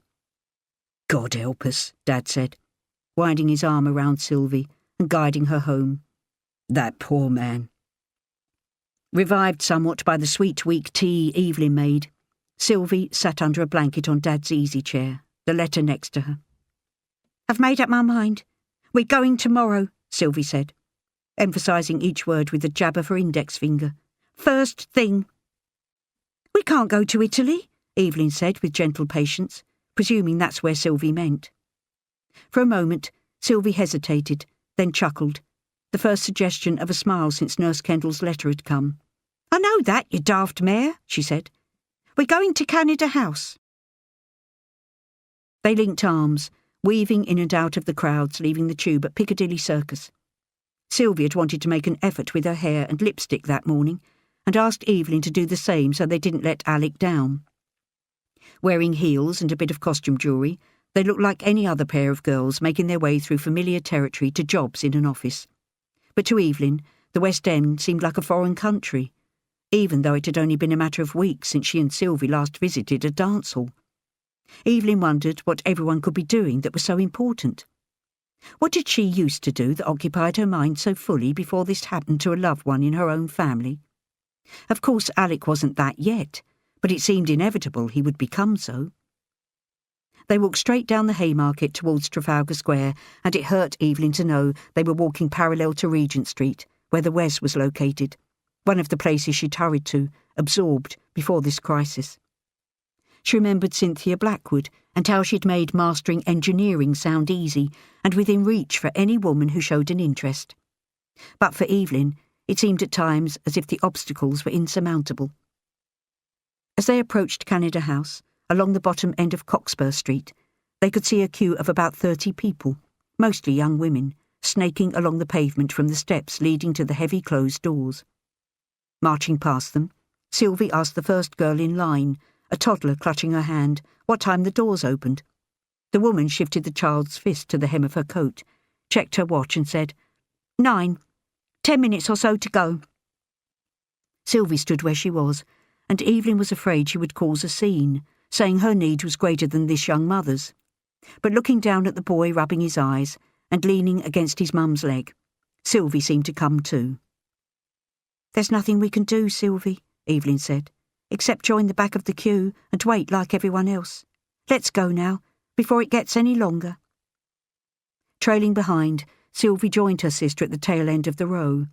She leaned back against the warm bricks of the building, its boarded windows flat and lifeless, and closed her eyes. Evelyn nodded to a well-rounded girl who joined the queue behind them. The girl smiled back, a crooked eye tooth catching on her upper lip. The top part of her brown curly hair was caught up in one clip, the underneath length in another at the nape of her neck. It looked very fetching and showed off the young woman's round cheeks and pale neck. Ain't it annoying, she said, looking rather cheerful and far from fed up. All this waiting around. We had no idea we'd have to queue, Evelyn said. Oh, you always have to queue here. The girl sounded a bit like Gwen, definitely from the East End. Always? You must be an old hand. Why ever do you have to keep coming back? trying to find out when I can get to Canada. That's what all the wives are doing." She swept her dimpled hand in the general direction of the rank and file of waiting women. "So, which of you is married to a Canuck? Or is it both of you?" "Neither," Evelyn shook her head. "My sister's been told her Canadian boyfriend's been injured in Italy. She wants more information." The girl's chubby cheek slackened a bit. "That's a shame." She nodded to the impenetrable facade of the building. "But they only deal with wives." "Really?" Sylvie opened her eyes. "But I'll be his fiancée soon." "Don't matter, I'm afraid," the girl said, twirling the gold band on her finger. "They can't offer much help unless it's official." She turned her attention to a young woman who'd come up behind her. They exchanged a few words, then broke out into peals of laughter. "What do you want to do?" Evelyn asked. Perhaps it would be better to leave now and save Sylvie the humiliation of standing here for hours, only to be turned away because her lack of marital status rendered her officially insignificant. On the other hand, the podgy girl might not have got her facts right. Or maybe the bureaucracy had changed to meet the dynamic needs of the situation. Sylvie scanned the street, as if the right answer would magically appear along it. "What do you think would be best?" "Let's wait," Evelyn said. "You'll never know unless you ask." They found themselves in and out of the sun at intervals, as the line moved forward at a creeping pace. The first woman in line passed them with her boy in her arms, his head lolling on his mother's shoulder. In her hand, she clutched an authoritative buff envelope. "I am a stupid bint," Sylvie said, kicking the pavement. "Daft and stupid." The two gossiping women behind looked down at Sylvie's foot, then up at her face. Evelyn smiled at them, and they turned back to each other. "Whatever do you mean?" Evelyn lowered her voice, hoping Sylvie would follow her lead. "He asked me. He wanted to fix something up in a hurry before he went away, but I said no." "Didn't you think enough of him?" Evelyn asked. "I mean, were you still not sure? You had us all fooled if—" Looking maddened, Sylvie ran her fingers over her eyebrows, roughly brushing them into place. "I wasn't fooling anyone," she said. "I think more of Alec than I ever imagined possible. But I told him I wanted to wait until he came back to do things properly." She was choking up, and Evelyn fished a hanky from her pocket. "Not for the dress, or the cake, or the toast and speeches. Not for the ring or the honeymoon. For Dad." Evelyn understood. Dad would have agonised about the possible reason for a quick wedding, and when that anxiety was quashed, he would have fretted that Sylvie wouldn't have the do Mum would have insisted on. Groaning, she pulled Sylvie towards her and kissed her cheek. "Now more than anything I wish I was Alec's wife," Sylvie said. "Mrs. Alexander Gordon Buchan. But we are engaged," she added, her eyes widening. "Informally." "Alec's fiancée, then," Evelyn nodded. "That sounds lovely." Sylvie managed to smile. "Yes, it does, doesn't it? And I'd like you to be my bridesmaid." "Only if I can have a new frock," Evelyn said. Sympathy was all the administrator behind the counter could offer Sylvie. He couldn't say when Alec might be shipped out or to where, although it was unlikely he'd be sent straight back to Canada at this stage. No further information regarding Alec's injury was known, and the best thing Sylvie could do was write to him in Andria. "Of course I'll write to him," Sylvie told the man, whose moustache followed the sad downward contours of his mouth. "But can't I? Oh, I don't know. Go to him." "I'm afraid," he said, "that even if by some miracle I could arrange that, your fiancé would be very angry with me for having done so." Not looking down, he played with the papers in front of him. "I'm sure you agree." Sylvie nodded. "Go home and write a letter," he said, "unless there's something else I can do for you." It was too late for dinner, too early for tea, when they walked back the way they'd come that morning. Evelyn was worried because they hadn't eaten since breakfast, but Sylvie didn't want to stop. She wanted to get home and start a letter to Alec. The changing room was a hot, stuffy jostle. A few women stopped and spoke softly to Sylvie, including Olive, who lowered her voice to a muted honk and told her to keep her end up. Hanging her things on a hook, Evelyn was surprised to see Gwen's navy coat and worn satchel drooping off their usual peg. She spun around, squinting over and through the women in various states of dress and undress, but couldn't see Gwen anywhere, which made sense, as Gwen was on her way to Wales, would probably be there by now, cuddled up with George and the kids. But she wouldn't have gone far without her coat. And Evelyn knew she hadn't bought herself anything new to go away in. Every penny and ration coupon was spent on treats for Will and Ruth. Evelyn pushed her way through to the fresh air, across the decks and over to the temporary bridge. From a distance, she could make out a figure waiting at her station, hands deep in pockets, sparks of sunlight glinting on spectacle lenses. "How are you, Gwen?" Evelyn asked, hoping for an explanation. "Can I get started?" Gwen asked. "Let's give it a minute." Evelyn didn't want to let Gwen loose with the flame in her agitated state. "Perhaps we'll wait for the others." Gwen shrugged. "Sorry if I've got the days muddled," Evelyn said, "but I didn't expect to see you here." Sitting on the edge of a waiting beam, Gwen rested her arms on her knees and examined her work boots. When she spoke, the effort she made to sound offhand was pitiful. "Oh, well, George wrote that his leave was cancelled. Same for everyone." "Oh, that's a disappointment," Evelyn said. "Still, I suppose there's a good reason for it." "Must be," Gwen said, looking at Evelyn. "So you're stuck with me again, I'm afraid." Evelyn started her daily inspection of the equipment. "Good job too," she said. "We'd never get this lot done without you." "I'm ready whenever you are," Gwen said, plucking her hands from her pockets and nestling them straight into the waiting gauntlets. 2 of her nails, Evelyn saw, were bitten to the quick. A piece of good news at last. Rome was taken by the Allies, and everyone's step seemed lighter, shoulders less hunched, eyes livelier. Sylvie wondered how Alec would be feeling, confined to a hospital bed, when he should have been sharing in the victory. He was part of the win, Evelyn told her, as was Malcolm and all the others who'd been prevented from physically being part of the city's overthrow. And she imagined barred trattorias and vibrant oleanders along dusty Italian roads, strewn with broken uniformed bodies. Eating breakfast 2 days later, while wind and rain assaulted the windows, John Snagg read a special bulletin on the BBC Home Service. Dad turned up the volume with one hand, shushing his daughters with the other. "D-Day," Snagg said, "has come." Allied armies were landing on the northern coast of France. The bridge was buzzing. Olive said it was all over and was demanding everyone down tools to celebrate. Gwen squeezed Evelyn's arm and said, "You were right. There was a good reason to cancel leave." The gaffer did his best to keep the job going, saying this was all the more reason to stick to their schedule. But he sounded a klaxon, and as many people as possible gathered in and around his hut to listen to broadcasts by the King calling for prayer and Churchill giving the numbers. Upwards of 4,000 ships, plus several thousand smaller vessels. 11,000 first-line aircraft, reports of everything going to plan, and what a plan. His voice rose to the occasion, fighting proceeding at various points. A very valuable first step, but he had a warning. This was no indication of what might be the course of the battle in the next days and weeks. A most serious time was being entered upon.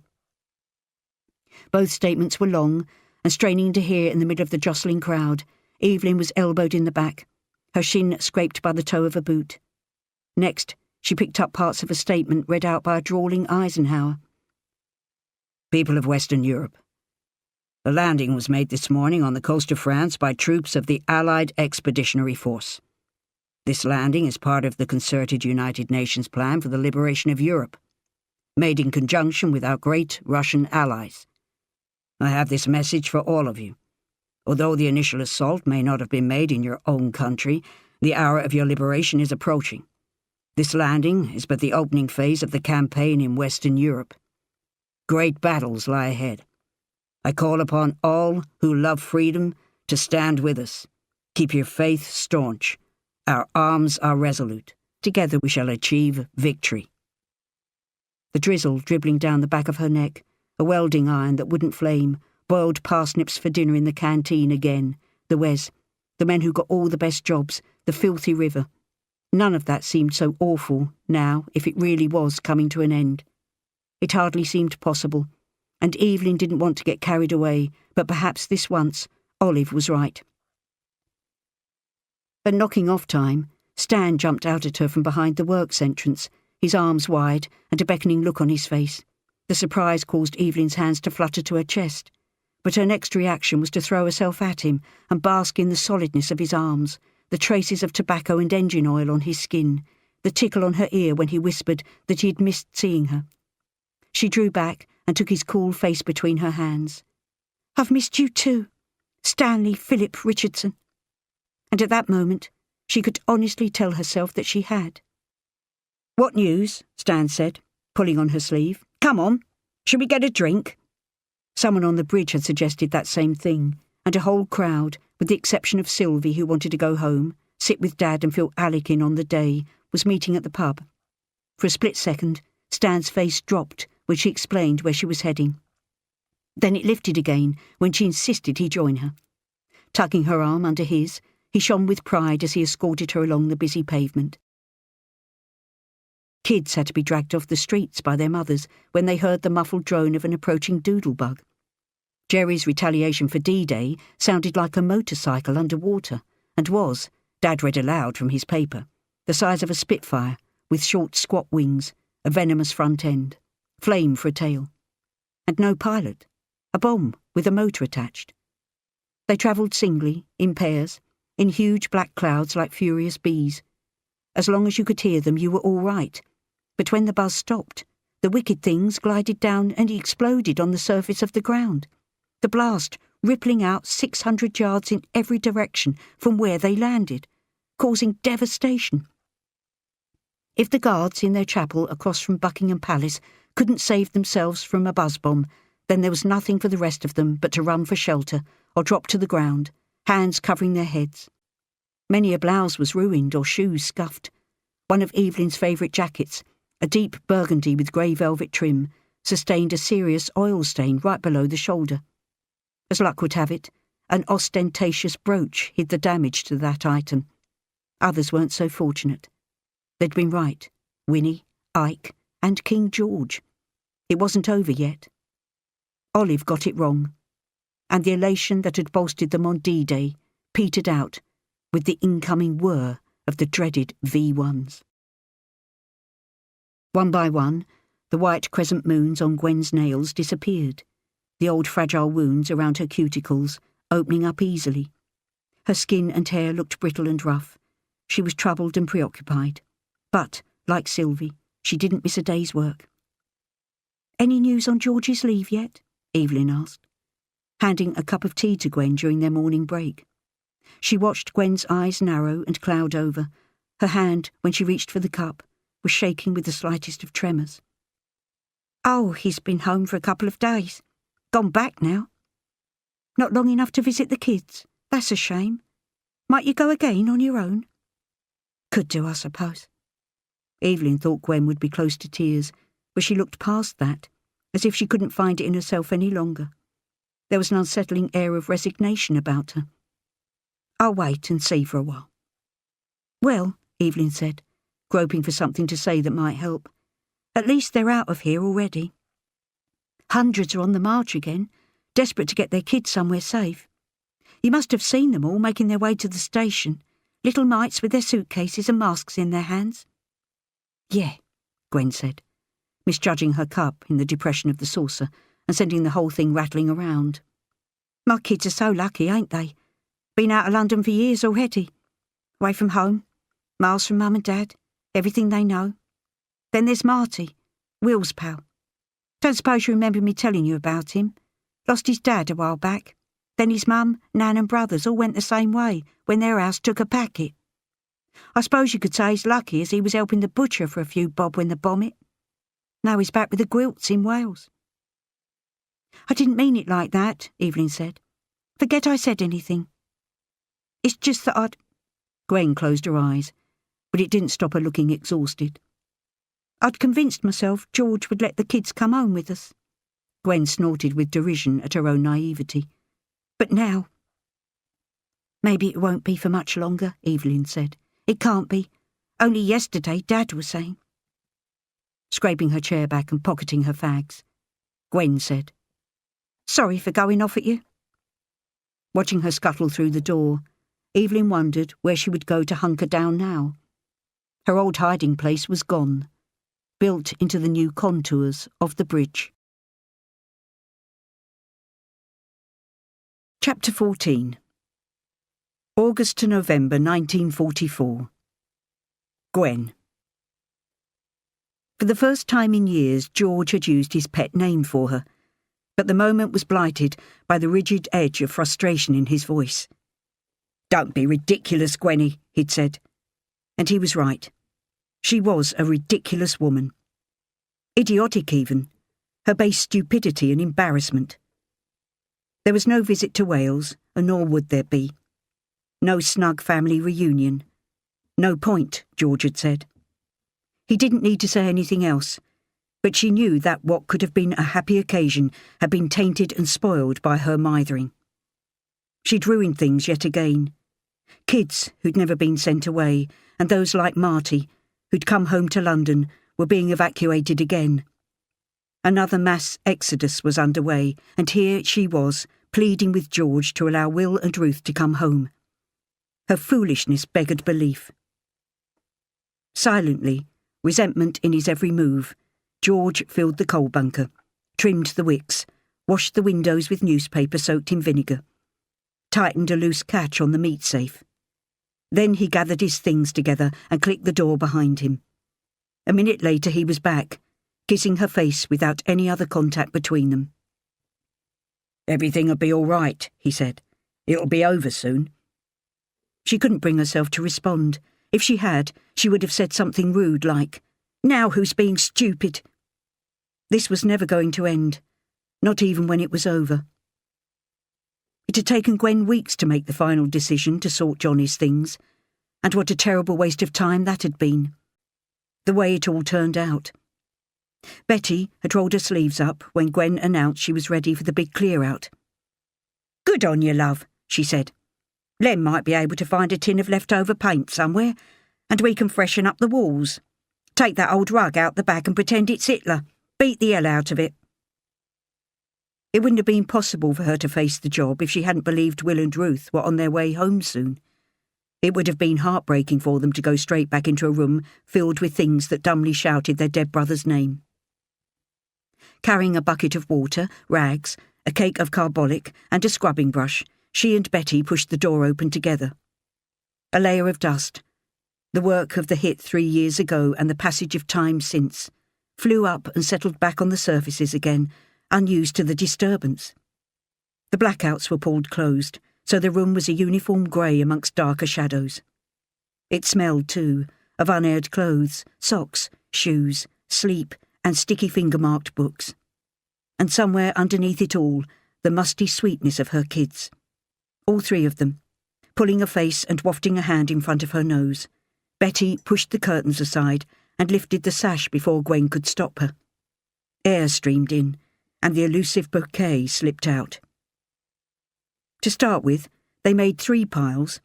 Johnny's things that Will could use, Johnny's things that Gwen would allow herself to keep, 1 small box of mementos that would fit neatly in the bottom of the wardrobe, a pile of things to be taken to the WVS that would, Gwen was surprised to realise, include Will and Ruth's clothes and games they'd outgrown. With half of the room still to sort, the crammed box of keepsakes stood in the middle of the floor. Betty, who had been nattering about everything from her grandchildren to the neighbours, from Len to the landings on the Riviera, the humid weather, the lovely bit of fish she would fry later, sat on Ruth's bed and shook her head. She pulled the box to her feet and took out a pair of worn socks and an imprint of Johnny's hands, the clear-cut, finely chiselled, undefiled fingerprints preserved in flaking green paint. "I think these," Betty said, holding up the threadbare socks, "will have to go. This, though," she pointed to the picture, "can stay." Gwen looked into her friend's watery blue eyes, a little cloudier than they used to be, her white eyebrows thick and heavy over the folds of her lids. She was being practical as always, pointing out what should have been obvious, but her voice was gentle. "Don't you think so, love?" Betty asked, throwing the socks onto the pile to be handed out to some poor bombed-out kid. Another child wearing her Johnny's socks, wriggling pink blood-filled toes around in the material, or scratching at a blister through the wool. An imperceptible scrap of Johnny's skin, caught in a fibre, might adhere itself to another boy's foot and bond with him, allowing a part of Johnny to grow and mature, as should have been his right. For a moment the thought consoled her, but any flake that had once been part of Johnny was dead, and had been for a long time. "Gwen? What'd you say?" "Sorry, Bet. Yeah, you're right. Let's go through this box again, shall we?" By the time the room was straightened out, the box held a deflated football, an annual plus a dictionary Johnny had won for good spelling, a note he'd written to Will saying sorry for something insignificant, a pared pencil, a comb harbouring a few strands of light silky hair, a striped jumper knitted by Betty, the picture of his hands, and another showing the 5 they used to be as stick people, clown-red smiles dominating their faces. Plumping his pillows, she'd found a white cotton handkerchief, clean and soft, and pocketed it in her pinny before Betty could see. Pressing the spot where it rested, she felt close to her little boy. She promised herself to keep the square of material, something that Johnny had touched and clutched, close to her heart. "I've some ribbon in my workbox," Betty said. "What colour would you like to hold the lid on? We can get it later." "Black," Gwen said. "I ain't got black." Gwen didn't believe her. "What was Johnny's favourite colour? Blue, wasn't it?" "That's right," Gwen said. "Royal blue. For Millwall." "Lovely," Betty said. "I'm sure I've a length of that somewhere." They stripped the beds and heaped the sheets ready for the wash. Will would go back into his own bed, but Ruth was too old for her cot with the barred side, so she would sleep in Johnny's bed. "If I move it behind the curtain for her, she probably won't put 2 and 2 together and remember it was his." Together they lugged the furniture around, washed the window and the skirting boards, dusted surfaces, rearranged the bedding. After dragging the rug downstairs and into the yard, they threw it over the line and took turns bashing it as they shouted the names of everyone they thought would benefit from a good hiding.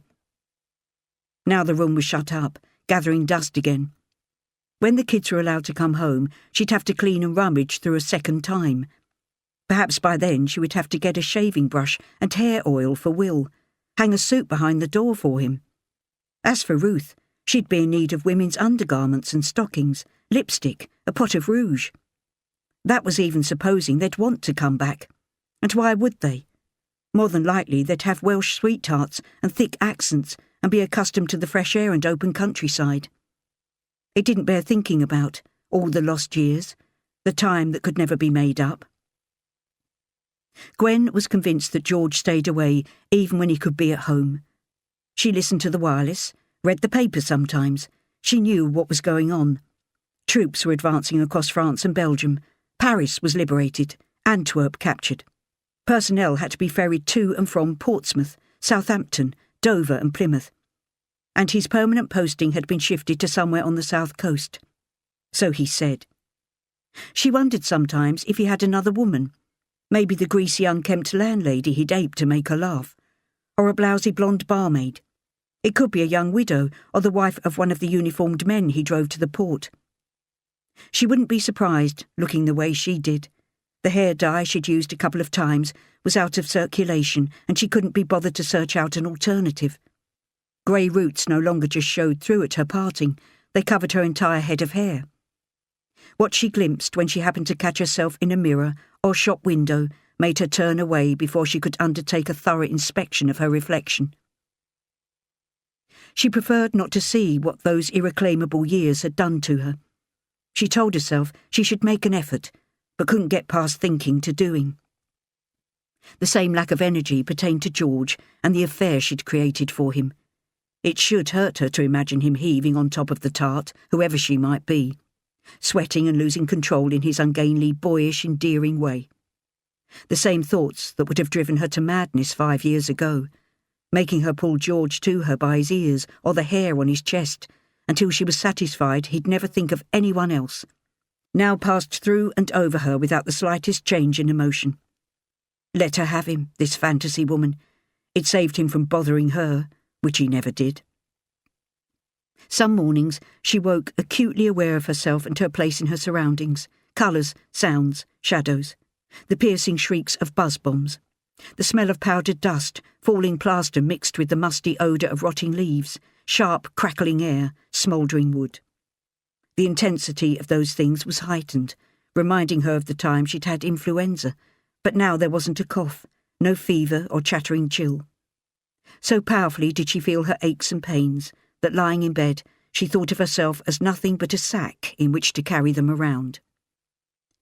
Minor ailments that at one time wouldn't have fazed her stung and throbbed and tortured. The nerves around her fingernails screamed, each fresh tear an electric shock. She could almost see her red raw chilblains pulsating in rhythmic waves of pain. The bridge of her spectacles digging into the thin skin on her nose. A knife twisted in her lower back. Anything she ate scratching its way down her gullet like a shard of glass. Other times she woke feeling numb, and it was during those days that she felt some relief. The stunned sensation started outside her body and made its way in, surrounding her with a sense of lightness and insensibility. Then she was able to work, tidy up, write to the children, queue for her rations, step calmly into doorways to shelter from doodlebugs, chat to Betty and Evelyn as if through the fine membrane of a bubble. Every part of her that could hurt was blunted and deadened. But the days when she found respite dwindled, and she longed for the times to return when she'd felt more like her old self. When had that been? She had to sit in a chair, hands in her lap, and concentrate hard to remember. There had been periods when she thought the murk was lifting, and that if, like Johnny's coat, she could hold on to them tightly enough, she could see her way forward. But like the wool in her fist, the feeling of brightness tore away from her grasp. Perhaps this time the bout of melancholy might be less distressing, or last for less time. After all, she managed to get up every morning and put in a decent day at the bridge. Betty watched her carefully, but didn't pass comment, nor did Evelyn or anyone else for that matter. She told herself to keep going, tried to be less scornful, nodding and smiling whenever anyone said it would be over soon. If she kept focused on Will and Ruth getting home instead of picturing their bedroom standing empty, then maybe everything would be all right. There was no let-up to Hitler's doodlebug onslaught. Through swollen grey clouds, the buzzing bombs droned, without aim, gracefully sashaying down to balance momentarily on a restaurant in Beckenham or the Dulwich Co-op. Hundreds upon hundreds of hits. It felt like a backward step. The wireless reported daily on the advances in France, but even so, London was taking it again. The 6th of September wasn't one of Gwen's few good days. An eerie silence hung heavy, making the softest and most ordinary sounds deafening. Once or twice, the hum of a crane or the hiss of a welding flame made Gwen jump. But when she looked around to see who might be watching her, judging her ability to stay unruffled, no one seemed to have noticed. Crowds pressed around newsstands on the evening of the 7th, arms reaching out to grab the Herald, Standard or News. Each of the papers had the same gritty grey photo on the front page of a good-looking young man standing behind a black mouthpiece, one hand in his pocket, the other holding a sheaf of papers. A map covered the wall behind him. Uniformed and suited men sat to his left and right. Gwen dropped a threepenny bit into the news seller's outstretched palm and read the headline. Duncan Sandys announces end of flying bomb campaign. She took the paper in to Betty and Len and started to read it aloud to them. I never knew there was such a person as a... What does this say? She pointed a line out to Len. Chairman of the War Cabinet Flying Bomb Countermeasures Committee. Well, I'm glad I'm only a navvy. If I had his job, the working day would be finished before I could get that mouthful out. Betty chuckled from the kitchen, where she was refilling the water, steaming a suet pudding. You and me both, love, she called out. Well, Len said, smoothing the paper on his lap, seems like he's done a good job. Is what it says true? Gwen asked.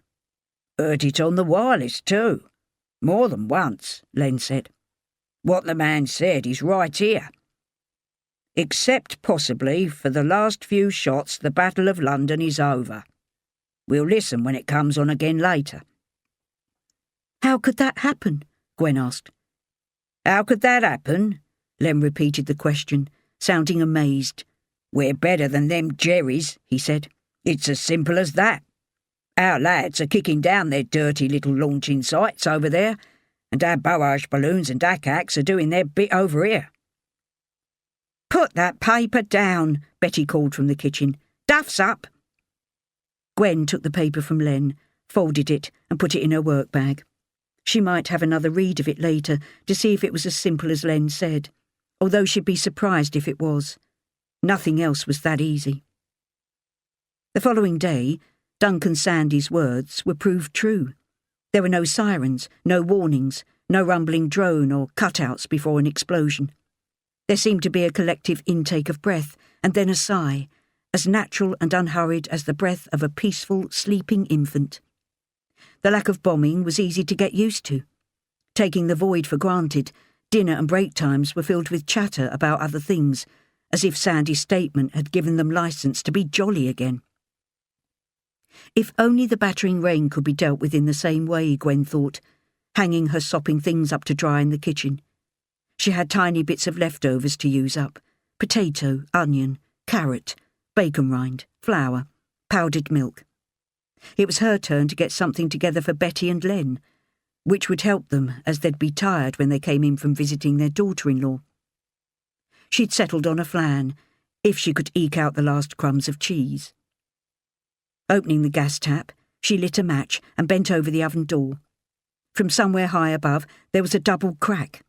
The flame she was holding shook in her hands and fell, sizzling in a patch of wet from her boots.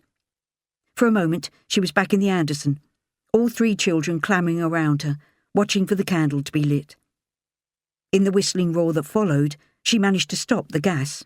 There came the rush of something splitting the sky and a boom that seemed to be reverberating from the surface of the moon. End of CD 8. CD 9. There were no softer days after that. The V-2 rockets, Churchill assured them, were inaccurate, most of them missing their objective. But that didn't help the people who lived, or used to live, in Staveley Road or Adelaide Avenue. The noise could be heard all over the place as well, whether you were near the hit or not. There was another lull for a few weeks at the end of September, beginning of October, but there were no wild announcements from the government this time. Gwen thought it was because they knew no one would believe them. What they did say, though, was that a partial dim-out could replace the blackout, unless of course there was a raid, when the weak halos of moonshine allowed to glow around street lamps would have to be switched off again. Evelyn, Betty, Sylvie, and even the sensible Jim were beside themselves with excitement about this development. But Gwen couldn't understand why. What difference did it make when you were indoors? The heavy blackouts closed around you. Nights were getting longer, and the wet grey autumn would merge into a colder gunmetal shade of winter. The rockets kept coming. Huge craters were scooped out of the earth where they struck, floorboards shuddered, and windows shattered miles away from the hits. Once again, people were snuffed out, houses were roofless, there was no running water. Andersons were reopened, underground stations sheltered thousands of weary families. No, the government dare not say it was coming to an end now. Every day, and each sleepless night, Gwen waited for a rocket to fall on her. Every day that went by and it didn't, she began to think herself lucky, even though the noise, the smell, the open gaping holes where lives used to be lived, the tension of waiting to be blasted away felt crushing. Olive came in laughing one day, saying a group of women in her street had taken to praying together for the bombs to stop. "There was loads of them," she said, "all going into one old girl's parlour. Asked me to join them, they did." "And did you?" Sylvie asked, taking the cigarette Olive offered her. Olive laughed again, snorting the words out. "This," I said. She pointed to a cigarette. "Is what I've got faith in, and a pint of the good stuff in the other hand." Gwen looked at the faces around them, some women joining in the fun, others disgusted. "And I told them that if I did go in for all that," wriggling her hips around in her dungarees, "I'd be begging God for my old man to come home so we could pray together." Jeers and catcalls followed them up to their stations. Olive smoked and drank cups of tea off that story for the next 2 days. That was the last they saw of her. So in the long run, Gwen thought, it didn't matter if or what you prayed for. Flu was making the rounds again. Everyone seemed to be coughing into hankies or hacking in the streets. Gwen could hear shallow, rattling breaths bubbling and gurgling through thin, bony chests. She was relieved that everyone looked like her now, pale, drawn, guarded, worn out. Lem came down with something nasty that Betty was treating with poultices. "Don't come round," she told Gwen. "No need for you to catch it. I'll pop in when I can." The news from Wales wasn't much better. Peggy wrote to say that every other person there had come down with something nasty and debilitating. Ruth had to have the best part of a week off school with a bad cough, and she'd heard that Will and Marty had missed a few days too. In the same letter, Peggy reported that Mrs. Gwilt had told her after Sunday service that she was going to apply to have Marty stay with her, as there was no one left in London for him to live with. Gwen could not fathom it. She knew his dad had died in action, and his mum, Nan and brothers had all been lost in a blast. But there was an old granny, wasn't there? She thought back to the last time she might have seen old Mrs. White and realised it had been months, if not years ago, and even then she'd been frail, hobbling about with a stick. So Marty was going to be the reality of her worst fears for Will and Ruth. An evacuated child left behind to grow up far from home, either because circumstances had forced him to do so, or because time had passed and he no longer wanted to live anywhere else. And she cringed again when she recalled the easy way he'd spoken to her with the burgeoning Welsh accent. The numbers on the bridge thinned out too, either on sick leave or bombed out like Olive, Gwen supposed. Then she heard Evelyn mention something to another gang leader about letting people go, and asked her about it when they were clocking off. "Haven't you heard?" Evelyn said. "There's no need to keep everyone on. We're about done now." "Are we?" Gwen asked. "I ain't noticed." Evelyn took off her gloves and cupped Gwen's elbow. "Do you fancy a drink?" she asked. "We haven't done anything together for ages, except work." Gwen thought about Betty nursing Len, the kids' empty room, George doing who knew what with some other woman. "Yeah," she said. "I can make time for a half." They found a pub occupied by couples and groups of women who looked comfortable being out without men. Gwen had a bit of shandy, Evelyn a vermouth and soda. "It's been happening for a good few weeks now," Evelyn said, stirring her drink with a wooden toothpick. "Girls getting laid off." "This is the first I've heard about it," Gwen said. "Well, I'm afraid," Evelyn said, "that in a week or so it'll be you, and the others in our little gang. The temporary bridge will be gone. Another couple of weeks for finishing off small bits, then it will be open to traffic both ways." "But why me?" Gwen said, her beer glass stopping short of her dry lips. She thought that Evelyn could somehow protect her from anything like that. "It's not up to me," Evelyn said. "I don't even think it's Jim's decision. You know, about who goes when. Although in the end, everyone will be laid off." "But," Gwen started. She felt as if she'd been winded. "I've managed every day since the doctor sent me to bed that time, ain't I? Everyone thinks the world of you. You're a workhorse. It's not about you or me or Sylvie or anyone. We've finished, and good luck to us." Evelyn raised her glass and nodded at Gwen. They sat in silence for a few minutes. Gwen felt a fresh grinding in her empty stomach. A thin film of clammy sweat prickled above her top lip. It was hard to imagine the fleeting wintry days without something to do, someone to look at whose face mirrored her own when a rocket exploded. And the long nights alone. She couldn't be with Betty and Len all the time. No work bag to shake out and get ready for the next day. No exhausted limbs, insisting she sleep. How often she'd thought the work meant nothing to her, that she would give anything to be able to stay at home. But that was before the world changed. "What will you do?" Gwen asked. "Spend more time with your bloke, I suppose?" I'm not sure. Evelyn leaned towards Gwen. We always have such a lovely time when we're dancing, but... Evelyn didn't talk much about Stan, so Gwen was eager for her to continue. It was a change from thinking about her own problems. But what? The thought of spending another dreary Sunday afternoon with his dull family in Sidcup above their dismal ironmonger shop makes my heart drop. Gwen was flabbergasted at Evelyn's outburst, but before she could think of what to say, Evelyn dismissed the conversation with a wave of her hand and said, Do you remember I told you that I'd love to stay on the tools? Well, I'm hoping I might be able to do that. I'm trying to take some courses, get some qualifications. And you? Evelyn's smile was broad with genuine happiness. I suppose you'll be glad to have the time at home. Get ready for George and the kids, now it's all nearly over. Shall we have another? Was all Gwen said by way of reply. Apart from the essentials, Gwen did very little in the house. There didn't seem much point in going to all the bother when there was no one but her to muck things up. She wrote to the kids every day in what read back as a sort of diary.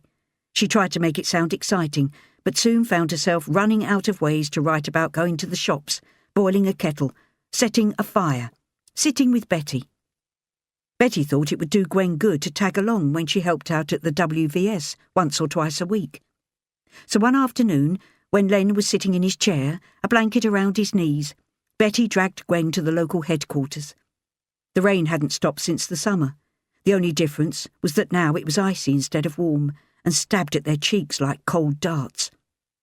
They sloshed along in the sludge and mud, through streets littered again, as they'd been right at the beginning, with the rack and ruin of bombing raids. No matter that this damage was done by the new Doodlebugs and V2 rockets, the outcome was the same. It looked as though whoever was in charge of clearing the mess couldn't be bothered this time around because it might not be the last. She knew the feeling. Gwen had heard a lot about the WVS. They were always being praised in the papers or mentioned on the radio, and she'd seen some of the members hurrying about with their canteens and first aid cases, especially when the bombing was heavy. But she had no idea they were this busy. So much seemed to be left up to them to organise and manage.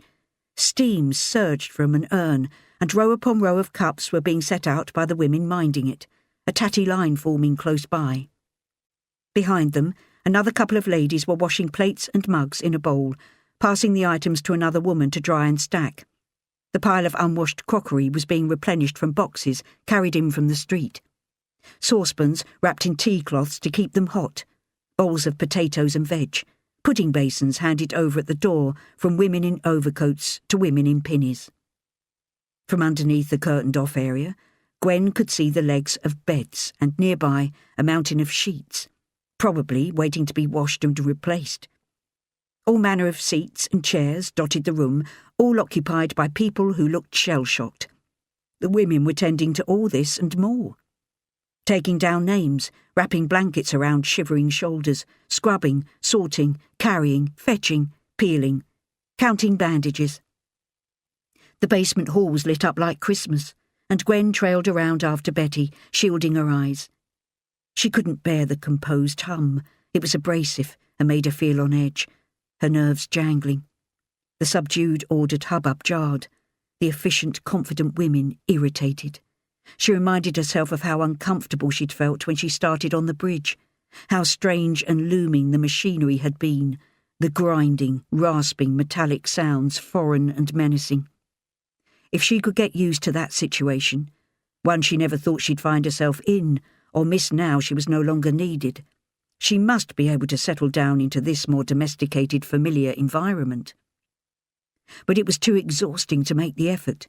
When they left, she didn't sign the rota, but said she'd take some sheets home to turn, even though she knew sewing with her tender fingers would be painful and time-consuming. Evelyn called once a week, sometimes with Sylvie, who talked non-stop about Alec. She'd received a number of letters from him, some written by nurses and buddies on his ward, saying his eye, or the socket where it used to be, was healing nicely and he would be ready to travel soon. She, too, had been let go from the bridge and was hoping to get her old job back at Lyons. In the meantime, she was taking care of their father and the house. In training, Evelyn said, to be Mrs. Alec. The remark must have been some kind of family joke, judging by the way the sisters laughed. Evelyn was one of the last working on the bridge, but she would finish along with the other stragglers next Tuesday, the day of completion. No ceremony, no dedication, no newspapers or wireless announcements. Open to traffic and pedestrians both ways. That was that. But, Evelyn said, breaking off a bit of flapjack and dunking it in her tea, Jim wants as many as possible to meet for a drink. He says we need a bit of a knees-up to mark the occasion. She glanced at Gwen. Shall we meet you on the bridge? Gwen imagined the evening, clapping people on the back, dragging up stories about welding irons and Portland stone cladding, laughing about niggles like lighting fags in the wind, tying turbans, and the canteen food. Then she thought about how she would feel sitting in alone, knowing all the old faces were huddled companionably together for the last time. Ask Betty to come along, Evelyn said. I will, but she usually has a WVS shift Tuesday evening, Gwen said, or else she'd be here now. Let's say 7, Gwen, shall we? On the south side. The rain gave no concession as Gwen stood huddled against the concrete halfway up the steps. She felt miserable and wished she'd made an excuse to stay home, curled in her armchair writing notes to the kids or trying to sew strips of bedclothes together. But instead, she'd brushed down an old mid-calf forest green skirt, too long and full now to be fashionable, and pulled on a duck-egg blue blouse that had a faint whiff of tobacco and stale cooking about it. She twisted her hair into a coil and flattened down straying strands of grey with a bit of lard warmed between her hands. Adjusting a paste necklace over her blouse, she watched the fake gems twinkle sharply in the mirror as though sending out a distress signal in Morse code. She'd taken off the sparkling strand and replaced it with a cameo brooch pinned to her collar. Twisting this way and that to see if the skirt fell neatly at the back, she noticed she'd gained a bit of weight, and the material hung in more flattering folds from her waist. Shaking a scarf from her pocket and tying it under her chin, Gwen stood back from the people who moved up and down the steps, couples with their arms linked, groups chatting, their voices rising and falling as they climbed up from the shelter of the stairwell to the walkway, suspended above the river. Women and men on their own, their footsteps clacking as they hurried along. A crowd of women she recognised jostled and bumped their way towards her. One or two put their hands up or nodded, but she let them pass, turning her back and cupping her hands around a match to light a cigarette. A dim-out replaced the blackout tonight, and for the first time she was as grateful for that as the others seemed to be. Orbs of yellow moonlight shone from the street lamps on the bridge, and Gwen made her way towards them, curious to see what the structure looked like now it was finished. From the top, it was sleek and straight, nothing ornate or fussy about it. All the curves were underneath the roadway. She stopped and gazed at Big Ben, wondering if the clock would ever be lit up again, but it seemed to be encased in a mist. Bloody spectacle, she thought. It was about time they were replaced, if they could afford the cost. Looking down, she could make out eddies of oily, iridescent water lapping and slapping against one of the piers. It sounded close, like it had when she'd crouched in her retreat of a hidey-hole. It was here, underneath where she was standing, she was sure of it. She'd love to see the spot again, and wondered if it would feel as much of a sanctuary as it had done when she first started on the bridge. Leaning over, as far as she could without falling, she thought she could make out the heart she'd carved into the arch with the initials of all her family at its centre. She squinted. The drawing was there. She was sure of it. And there was something else. Another inch closer, and she would be able to see M.W. Who could that be? She shook her head, took off her glasses, and wiped them on a corner of Johnny's little white hanky, always nestled in the left-hand side of her vest. When she settled them back on her face, all of the carvings were gone. Or perhaps they'd never been there. But who, she wondered, was M.W.? Then it came to her. She had to hold on fast to the railings. Of course, Marty White. She'd been thinking about him all day, every day, worrying about him to the same extent as she perpetually fretted about Will and Ruth and Johnny. In her mind, the four of them blended in together seamlessly. There was room, surely, in the kids' bedroom and around the table. There was a place for him in their hearts. They would bring Marty home to them, where he belonged. A gust of wind whipped across the river and up over the bridge, grabbing the knot of her scarf. She lost her hold on the hanky. In the half-light, she lunged for it, but the wind caught it first and sent it tumbling across the roadway and over the far balustrade to where it hovered in mid-air before floating into the river. "Johnny!" Gwen shouted. Then she whispered his name again, as she touched her chest and felt the warmth that radiated from where the hanky had last pressed against her. Chapter 15. December 1944 to May 1945. Evelyn. Dad knocked on the girl's bedroom door and said there was a man downstairs to see Evelyn. "A big bloke. Name's Gregson." Evelyn pulled on a dress and cardigan, put a couple of combs in her hair and went downstairs. It was then she realised that although she'd never met Gwen's husband, she had a clear picture of him in her mind from Gwen's descriptions. He was large and lumbering, his movements awkward as if he was embarrassed by his size and had to keep himself from getting in the way or knocking things over.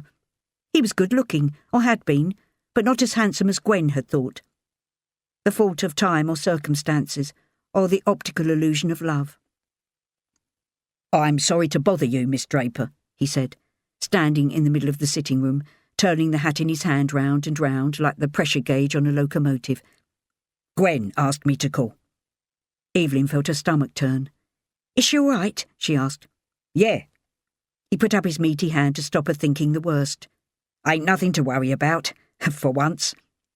"Good news, then," Evelyn said, smiling. "We could all do with some of that. Please, sit down. Can I get you a cup of tea?" "Someone asked me already." He looked towards the kitchen. "Ta very much." "Oh, that'll be my sister. I'm sure it won't be a minute." Balancing his hat on his lap, George sat on the edge of the armchair. "The thing is, Miss Draper, I know it's short notice, but the day after tomorrow we're having a bit of a party. Gwen is keen on you and your sister being there, but didn't trust the post to get the invitation to you on time." "Oh, I love a party. Is it a birthday or anniversary?" "No," George said, the beginnings of a grin turning up one corner of his mouth. "We're welcoming the kids home." Evelyn clapped her hands together. "Gwen must be so pleased. And you?" "Yeah." George let the beam take over his face. "All three of them. Will and Ruth and Marty, who we're taking in, as I'm sure Gwen told you." "Gwen did mention it," Evelyn said, "but I didn't know if you'd made up your minds." Sylvie brought in 2 cups of tea and set one in front of George and handed the other to Evelyn. "Ta, Miss Draper." George half stood. "Call me Evelyn, and my sister's Sylvie." George nodded. He tried to force his forefinger through the delicate handle on the teacup, then decided to pinch it hard instead. He took a slurp and the cup rattled when he placed it back on the saucer. Evelyn looked away and waited. "It ain't been an easy decision," George said. "I can imagine." His voice caught, but he disguised it with a cough. "We know we ain't ever going to replace our Johnny, but—" He opened his hands in a gesture of acceptance. "Marty needs a place and he's a good lad." "A very lucky lad," Evelyn said, "to have you and Gwen look out for him." "We'll do our best." George drained his tea. "I wanted to see you too," he said, studying the pattern on the hearthrug. "To tell you that Gwen has never given up saying what a great mate you've been to her." His eyes met hers. "And that means a lot to both of us." Evelyn swallowed the lump in her throat and went on to tell him how fond she was of Gwen, but he stood, almost knocking over the side table, and wiping the sweat from his forehead. It was as though the simple declaration had taken it out of him. When she saw him to the door and watched him walk towards the high street, his shoulders back and head up, he seemed self-assured and buoyant. She hoped that Gwen felt the same. Evelyn needn't have worried about that hope coming to fruition. When Gwen answered the door to her and Sylvie, she looked lovelier and more radiant than Evelyn would ever have thought possible. And although some of it was careful grooming, there was a glow about her that could not be put down to hair dye or cosmetics. "Don't stand there! Come in! Come in!" Gwen hugged them, beaming with pride at the small party gathered in her sitting room. There was George, much less out of place in his own surroundings, one huge hand on each of Will's and Marty's shoulders. As soon as he greeted Evelyn and Sylvie, Evelyn noticed that he placed his paws back with a tender touch around the boys. Ruth, taller than Evelyn had imagined, was on Betty's lap, and Lem was chatting to his son and daughter-in-law, their children snuggled up between them. Another few neighbours and friends were introduced, a buffet and drinks were set out, and everyone was easy and relaxed with each other. Evelyn smiled at the welcome home banner Gwen must have painted and hung above the fireplace. Balancing a plate of egg and cress sandwiches in one hand, a small glass of sherry in the other, Gwen nudged Evelyn with her knee and tucked herself in next to her. "You look wonderful, Gwen," Evelyn said, noticing her friend's perfectly round, healthy nails. Gwen nodded. "I feel better than I have done in the longest time. Do you know that this room ain't seen a party since the day before Will and Ruth were going away to Wales?" "I shouldn't think that was much of a party," Evelyn said. "No," Gwen sniffed. "It was awful. I so wanted it to be lovely for them. You know, so they could think about it if they were homesick. But try as we might, Betty and I could not make it a jolly occasion." "Well, I'm not surprised. It was a terrible time.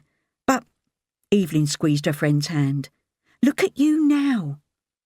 Gwen gazed at each of the children, and her eyelids drooped with contentment.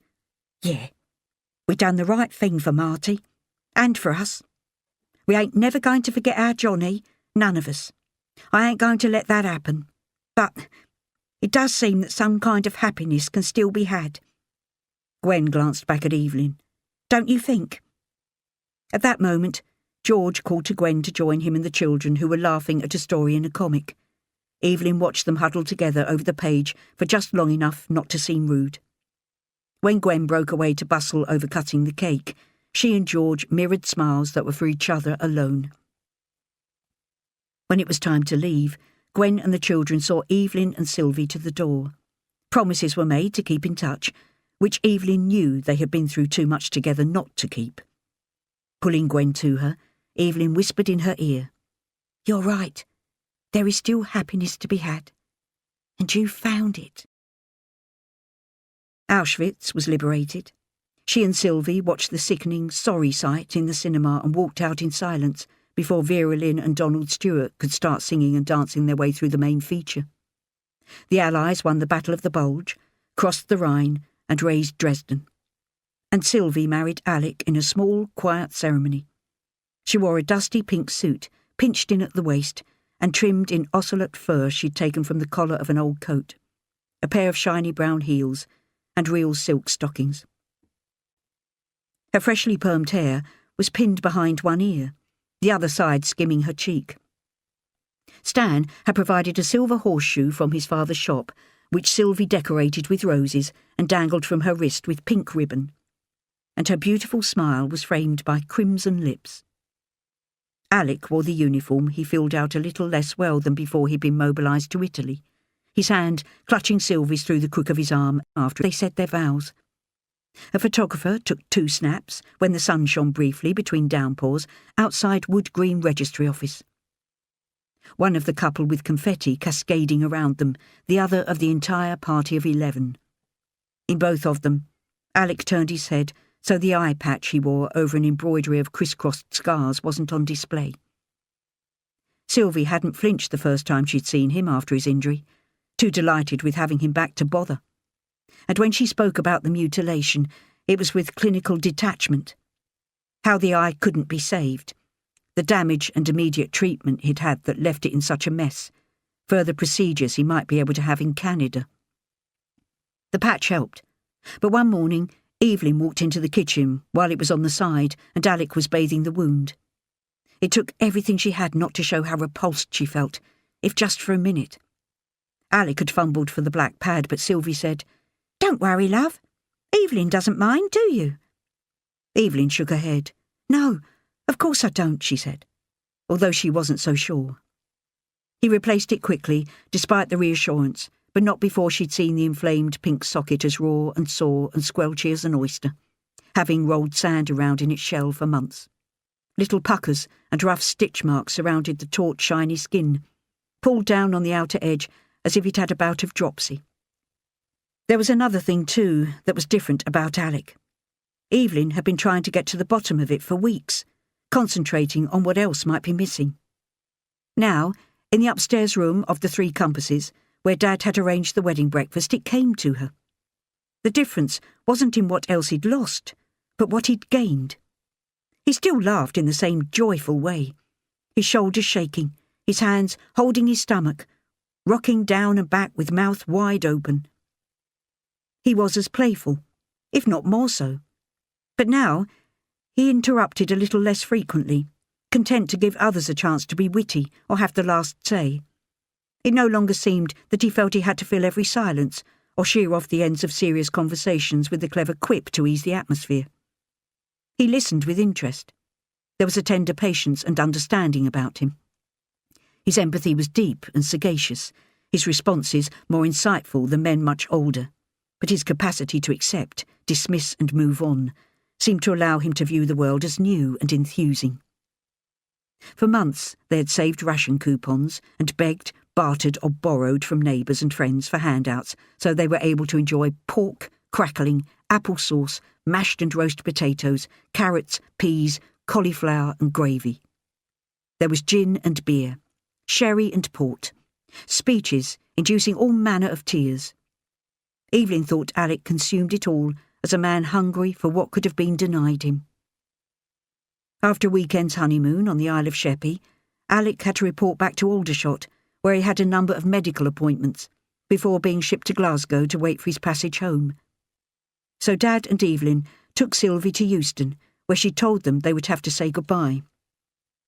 In her hand, she had a paper with the name of an officer she had to ask for at the inquiry desk, and then she had no idea where she would be going next, the name of the ship she'd be sailing on, or from which port it would sail.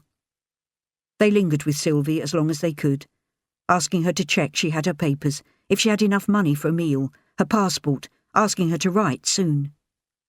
Yes, they're here. I have.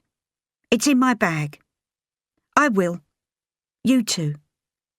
Then she threw her arms around both of them, and they stood, still and breathless, listening to each other's heartbeats.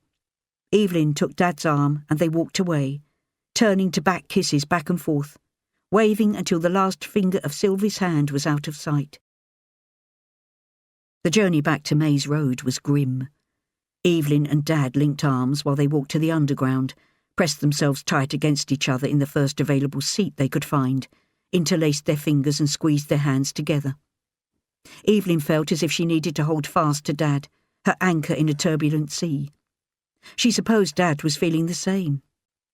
Whenever one or the other of them tried to say something about Sylvie and Alec and how much they would miss them, mist would film their eyes and the words would stick in their throats. The minute they let themselves into the house and Evelyn had reached for the kettle, Uncle Bert put his head around the door to find out how the goodbyes had gone and to take Dad to the pub. "Evelyn won't mind, will you, love?" Uncle Bert stated, as if it was fact rather than a question. Dad looked at Evelyn, his unruly eyebrows raised. There was a lump in Evelyn's stomach, or maybe it was a gaping hole. What she really wanted was Dad to herself for another little while, to sit with him close and have him within her reach. But she shook her head and said, "Of course I won't." While her tea was drawing, Evelyn tidied the sitting room, laid the fire and checked the pantry for dinner. Then she slumped onto the couch and stared at the spot next to her where Sylvie had rested on and off for most of her life. The cushions moulded to the shape of her sister. Evelyn brushed the outlines and curves with her fingertips. "What am I going to do now?" Evelyn asked herself. In the short term, she had to pack up the belongings Sylvie had asked her to ship out to Canada and then sift through the things Sylvie had said she could keep for herself. She would make a start on all that this afternoon. Setting her cup and saucer on a side table, she closed her eyes tight against the pain she felt when she pictured Sylvie, alone and anxious but bubbling with excitement. She looked around the room, taking in the furniture, the ornaments, the wallpaper and clock, the newspaper rack and the rug. The house had a certain smell, which she had never defined before, but now recognised as a blend of food on the turn. Tobacco, Dad's shaving soap, and hers and Sylvie's face powder. Outside the window, she could see the rickety gate and part of the silver birch rooted in the pavement. She sighed. It was all so familiar, which was a comfort, but at the same time humdrum, drab, and flat.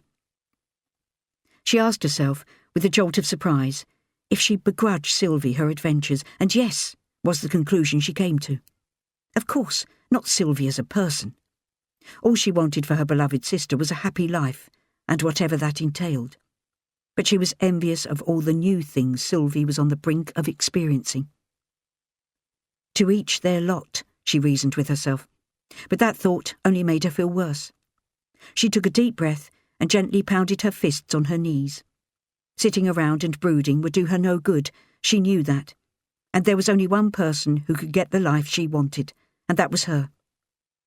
Well, the classroom no longer appealed, although to be fair, if she chose that career again now, she could both teach and get married. At last. But she'd read recently that a new teacher training scheme aimed at ex-servicemen and women had been announced for June, and it was thought that thousands would apply. And as she'd been out of the profession for a few years, she presumed she'd have to reapply and retrain, merely to end up where she'd been before the war. The thought of that was difficult to bear. Biting her lip in determination, she reiterated her certainty that what she really wanted to do was pursue what she had done on the bridge. But the men were coming home now, and they would want their jobs back. She heard herself scoff out loud as she recalled that bit of paper they'd had to sign, saying that in due course women would have to give up their jobs to men. And then, of course, there was Stan to consider. If they took their closeness to the next level, then her career would be sorted out for her. Or, to put it bluntly, she would be stuck behind the counter in that shop full of nails, sieves and shovels, wearing nothing more glamorous than a brown smock and pair of flat shoes, so she could run up and down the stairs to the living quarters to check on the children or the dinner. She sighed as if ridding herself of the thought. When she spoke to Stan about her ambitions, he never undermined her. He listened intently and always seemed interested. But he did not make any concessions to the fact that his future was that little business in that little town, and she knew that as a woman, as a wife, she would be duty-bound to fit in with his plans. So the cynic in her said that of course he was interested in her aspirations, as he had nothing whatsoever to lose. One evening before Sylvie left for Canada, Evelyn had asked her if she had ever doubted her feelings for Alec, or thought he might have doubted her. No, Sylvie shook her head. not after we had declared ourselves. Why? She looked at Evelyn with narrowed eyes. She had always been too astute. Do you doubt that you love Stan? Evelyn had to think carefully about her reply. It's more that I'm just not sure how I feel about him, she said. One minute I'm head over heels, the next. She shrugged her shoulders. I can't be bothered. And when I think about the future with him, well, it seems as if it would be more like going backwards than forwards. Sylvie smiled at her with a clamped mouth. It doesn't do to compare romances, she said. But all I can say is I would go anywhere with Alec and do anything for him. As long as he was with me, it would all be wonderful. Evelyn nodded with resignation. I know, she said. Sylvie picked up Evelyn's hand and held it in hers. Patting it lightly, she said, But Alec wouldn't ask me to do anything I didn't want to do. And if I harboured a burning drive, I feel sure he'd do all he could to help me achieve what I wanted to do. Besides all that, I don't think that Alec would want to have a life that was completely to his specifications, and nor would I. We want a life that's ours. Tears prickled the back of Evelyn's eyes, and she wondered when Sylvie had become the sensible one. Now a sudden downpour made her look up at the darkening sky. Dad would be back soon, and she hadn't sorted his tea out yet. In her mind, she made a list of the things she had to do, draw the blackouts, prepare a meal, write and post a letter to Sylvie, care of her in-laws, go to the Wes on Monday and inquire about how she could move on in construction or engineering. She felt lighter about the chores she had to do, now that she had made that decision. When the post fluttered onto the mat, Evelyn stopped still with her toast suspended mid-air. Dad's eyes fixed on hers, his teacup frozen an inch from his waiting lips. Then they both made a dash for the door, Evelyn running in her house slippers with Dad clumping behind. Who are these from? Evelyn said, snatching up the small assortment of envelopes from where they'd found out on the square of matting. Dad pointed to a couple as Evelyn shuffled through them. That one's the Borough Council. That's from Auntie Lil. Evelyn handed them over to Dad without looking at him. How about this? She said, turning over a small square envelope to look at the back, then turning it face up again. Dad shrugged. No idea. He sounded disappointed. It's not from Canada, that's for sure. Postmark says Streatham. You daft bugger. Evelyn batted the wad of letters in Dad's direction. Of course it's not. She only left 5 days ago. Don't tell me you weren't thinking the same. I can't remember the last time I saw you run so fast. Evelyn laughed out loud. Well, I was thinking that perhaps she'd posted a letter from wherever it is she's waiting for a ship. She tried to sound disdainful. Not Canada. It wouldn't be possible, and you know it better than anyone. Dad turned, and Evelyn could tell by the crestfallen slump of his shoulders that he had been hoping against logic. The letter was from Alice. Evelyn tried to remember when she'd last seen her, and decided that it must have been about 2 weeks previously when they'd met in a pub with a crowd of other women. Above the din, she told Evelyn that the American she'd been dating said she wasn't the girl for him. Alice said she'd been upset, but as the days went by, she thought more and more that his decision had been the right one. Then she'd gone on to say she was working in a greengrocer's around the corner from where she was lodging, and was using some of her wages to take a pitman's typing course. Before she had a chance to stop herself, Evelyn had stared down at Alice's generous hands and fingers, wondering how she would manage the intricacies of a keyboard, then immediately looked away, embarrassed. She coloured again now, thinking about how insensitive she'd been. Alice seemed a bit lonely too, perhaps because her pal, Joan, was spending so much time playing in some musical group or another. But she seemed eager to pursue a friendship with Evelyn, and the letter was an invitation to meet at the Odeon to see Give Us the Moon, starring Margaret Lockwood and Vic Oliver. That would be something to look forward to. When the breakfast things had been cleared, and Evelyn had caught up with a few other chores, she pulled the old atlas off the shelf and gave it a good dusting. She handed Dad a thick pencil, and they sat close together on the couch. Right, she said. Put a ring around Halifax. Good. Now another around Saskatoon. Dad knew the geography so well, it only took him seconds to do as he was told. Now remind me, Evelyn went on. How long does the journey take from here to Halifax? Oh, Dad rubbed the stubble on his cheek. Minimum of 5 days? Evelyn nodded. And Sylvie will probably not have set sail yet, will she? We really don't know, Dad said. But maybe not. Well, even if she has and posts a letter the minute she docks, it will take at least another week or 2 to get to us. Won't it? Yes, Dad said. I know. He closed his eyes and rested his head on the back of his chair. Evelyn propped the book under the lamp and put her head on Dad's shoulder. Silly sod, she said. When the Wes was in sight, Evelyn had to stop herself from breaking into a run. The same woman she'd seen on previous occasions was manning the desk, and she greeted Evelyn like an old friend. Come to join us again, my dear? She asked, as confident and competent as ever. Perhaps, Evelyn said. I actually wanted to have a chat with Cynthia Blackwood. You know, the lady engineer who... Of course, Mrs. Blackwood. Evelyn suddenly felt as if she'd been disrespectful. Oh, we always called her Cynthia. She told us to. That's Mrs. Blackwood's way, the woman said. She doesn't like to be too formal.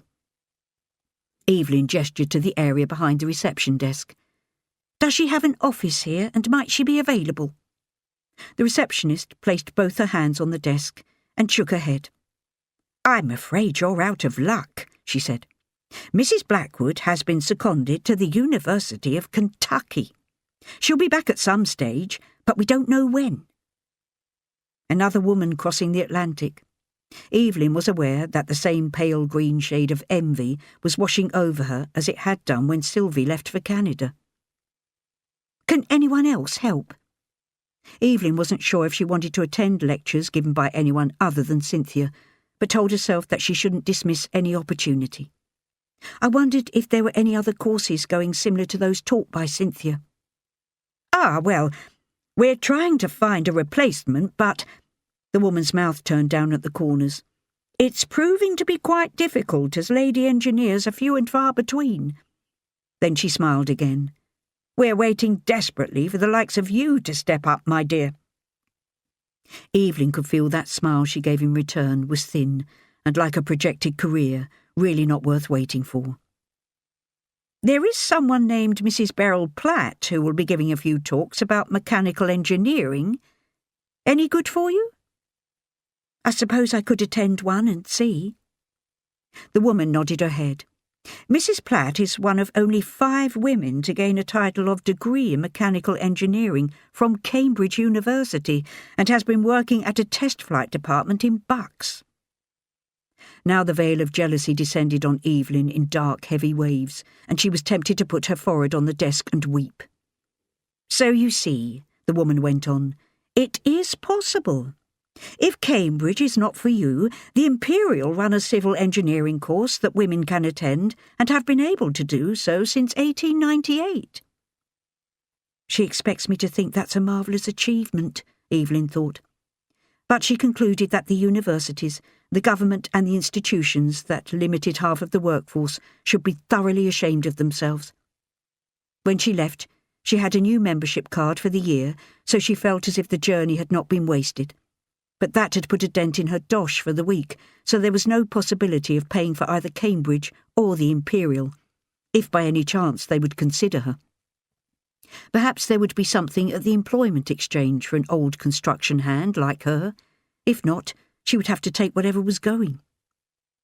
But there was nothing on offer in the way of building or engineering, and Evelyn thought it beggared belief when every street had taken at least one hit, and many were more hits than street. Surely they needed experienced workers like her. The best they could come up with was a job as a relief library assistant, working wherever she was needed in London. So she took that. The cinema outing had, in Evelyn's estimation, been much more successful and such a good laugh. The more Evelyn got to know Alice, the more impressed she was with her attitude and good common sense. She smiled when she recalled Alice telling her about the hostel where she lived, and her landlady, who had never married and had devoted her whole life to her elderly mother, who she still called Mummy. Over a drink, Evelyn had said that it all sounded a bit stifling. I can see why you thinks that, Alice nodded, but they has been like a family to me. Evelyn left it at that. She knew not everyone had a dad or Sylvie or Uncle Bert to rely on. Now Alice was expected for tea, and Evelyn was setting out bread, butter, a bit of jam roly-poly, thin custard and cups. Churchill was on the wireless, talking about how they were pushing forward on all fronts, and telling them to keep strong as this was the last little bit. Evelyn looked outside and smiled. Blossom was in bloom, daffodils swayed in the warm breeze. A woman walking her dog was wearing a light jacket and no scarf. The weather was reacting to the Prime Minister's edict by bucking up to a lovely, cheerful spring. Alice arrived, and she was her usual sunny self. She shook her curls and greeted Evelyn with a kiss on the cheek. 2 spots of colour shone through the patina of face powder on her cheeks. You look lovely, Evelyn said, taking her coat. Are you going on somewhere special afterwards? We are, Alice said, following Evelyn through to the sitting room.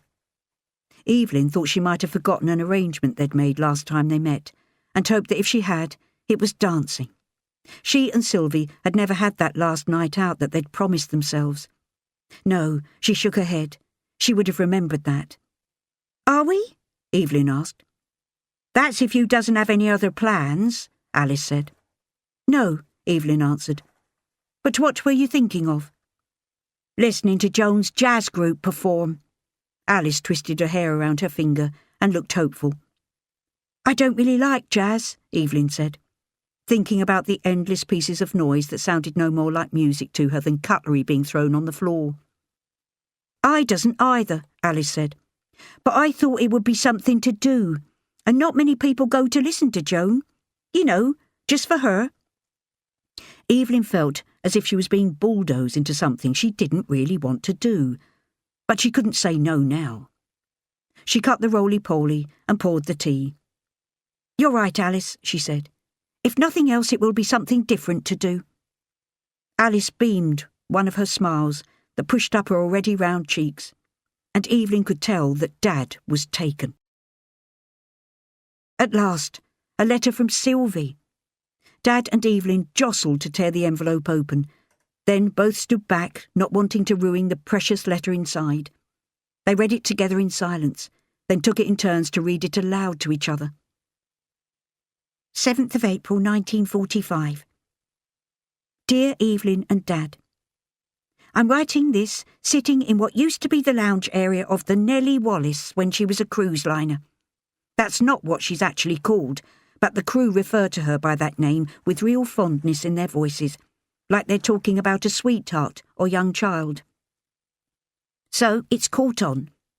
The name of the ship is the MS Nea Hellas, and we embarked from Glasgow on the 3rd of April bound for Halifax. We were each given a passenger list, along with the number of our berth, and I panicked when I couldn't find my name on it. I was only looking under Draper, wasn't I? Then I found myself, as I'll be known from now on, Mrs. Alexander G. Buchan. Mr. A.G.B. himself is on a ship full of injured soldiers travelling in convoy with us. I can hear the squally sea smacking the window, but we're blacked out here too in the middle of the Atlantic, so I can't see it. But during drill this morning, the froth on the greeny-grey waves was hitting the deck next to me. No point in doing your hair before drill. Just pull on a headscarf, bridge style, and try to undo the mess later. So much has happened already since I said goodbye to you both. It's difficult to describe how much I miss you, although I'm very excited about the journey and starting proper married life. There are hundreds of us all in the same boat, ha, on this ship. I've palled up with 2 or 3 girls, one of them going all the way to Saskatchewan like me. Her name is Irene, and she's expecting in 5 months' time. A lot of the girls have babies and children, so drying napkins are draped everywhere. There's a nursery on board manned by Red Cross nurses, and I might volunteer my help to give some poor woman a break and to get ready for the houseful Alec wants. I hope you approve, Dad. I can hear the dinner triangle announcing the first sitting, so I will write more later. 8th of April, 1945. We've been told our journey is going to take much longer than the usual 5 days, as we're crisscrossing the Atlantic. So, as there's no way of posting anything until we disembark in Halifax, I'll spin this letter out until then. I'm not sure where we are, as all I can see when on deck is water. Once or twice I've glimpsed another of the convoy ships through the sea mist, but can't make out if it's Alex or not. I thought travelling in convoy meant staying close together.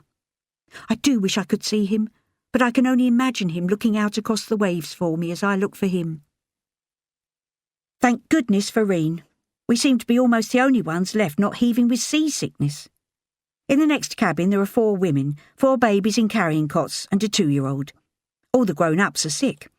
We can hear them through the thin walls, and it's not pleasant.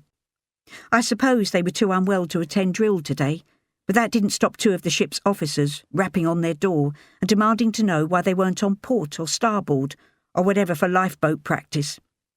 Seems we're under army orders and have to comply. I'm sure it's for the best anyway. I carry the tot up the slippery steps now, although she wriggles and squirms looking for her mum. Poor little thing. 10th of April 1945. I'm afraid I succumbed to the dreaded motion sickness. All I could manage was to sit up in my bunk, 2 pillows behind me, and try to hold my pen steady.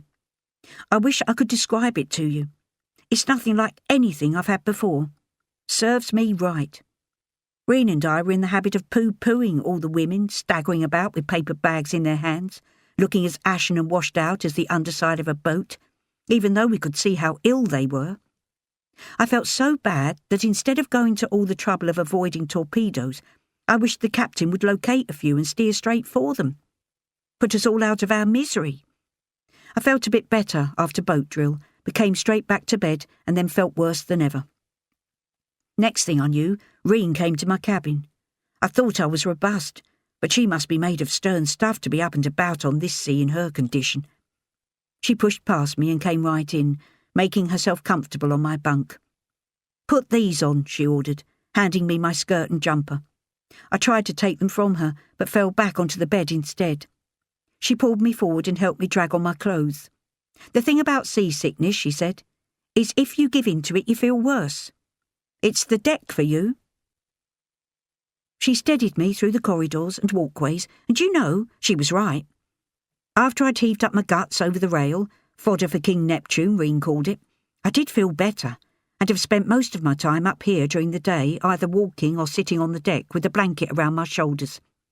I've been able to keep a bit of food down, but nothing like I could before this sickness set in.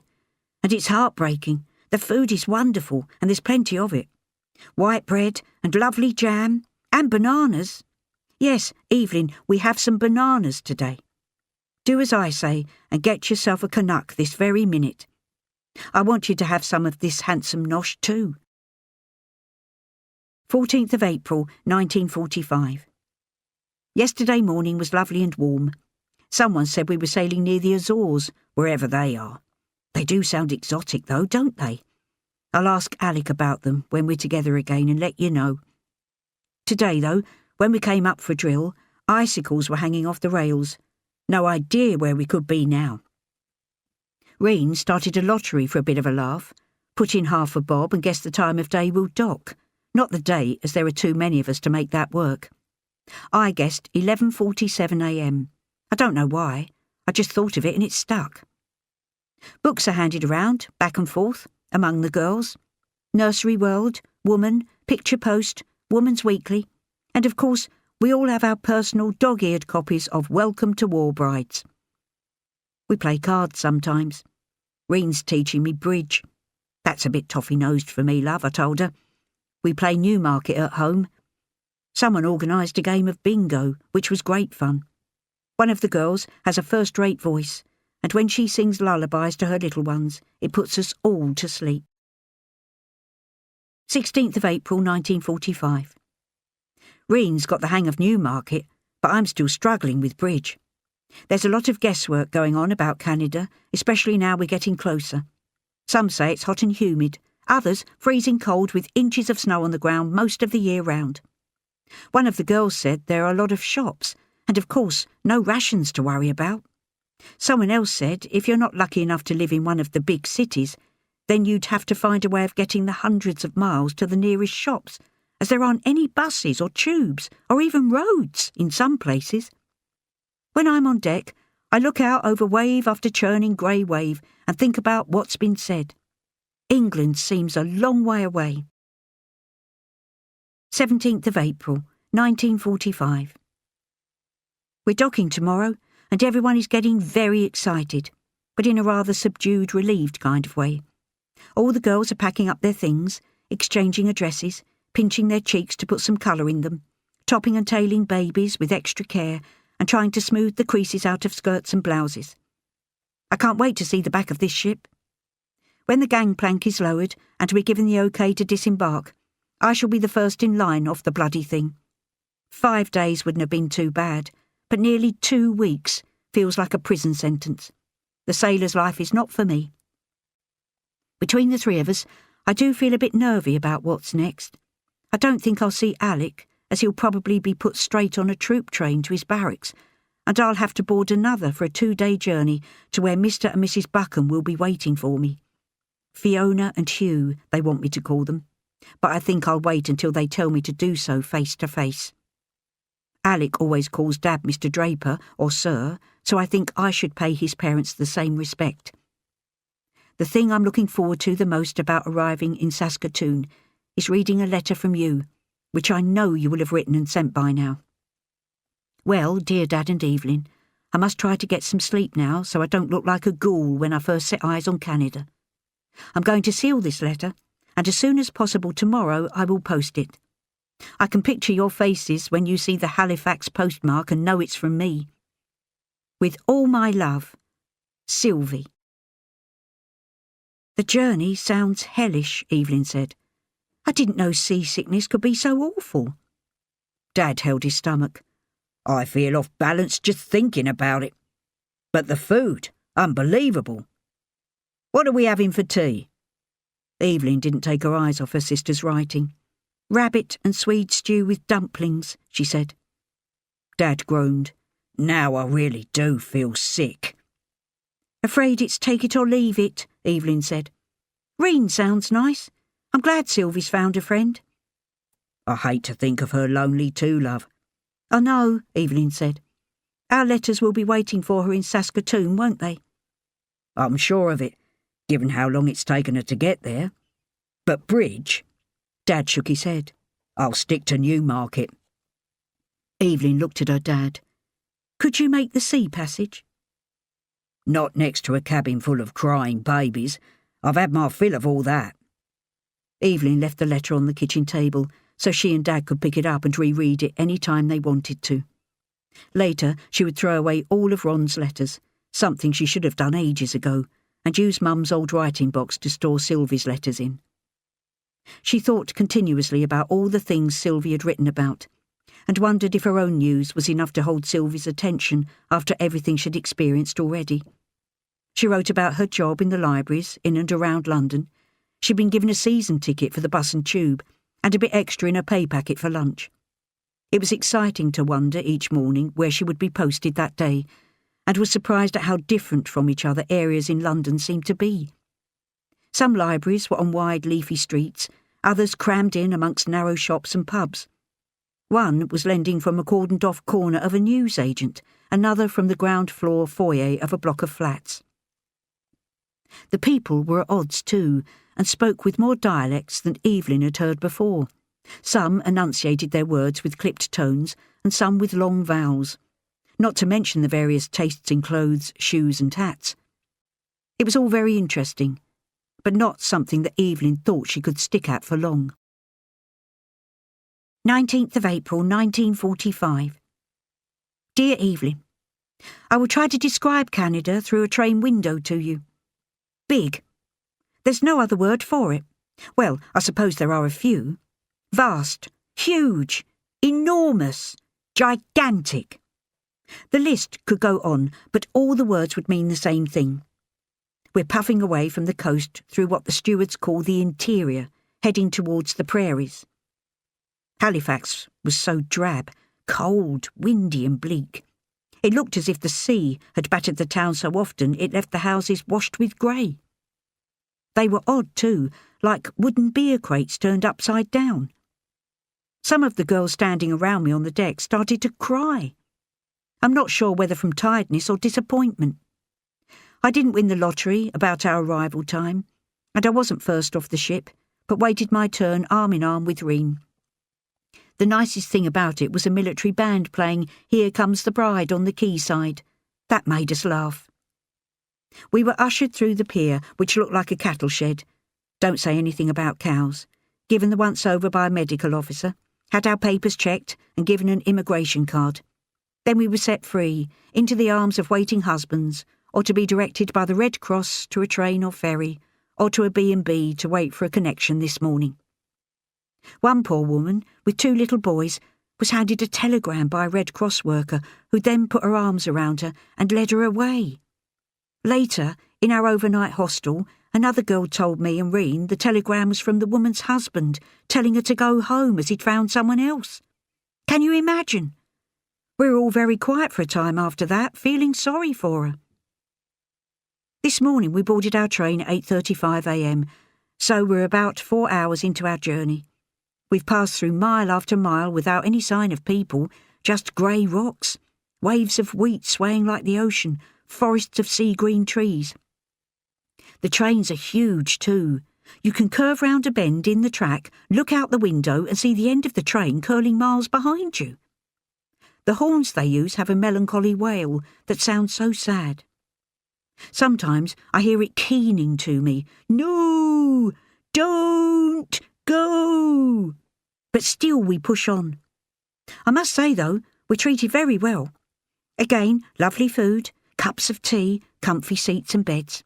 There are 60 or more of us on board, so we tend to stick together in smaller groups. I'm good enough at bridge now to play as Reen's partner, against other girls.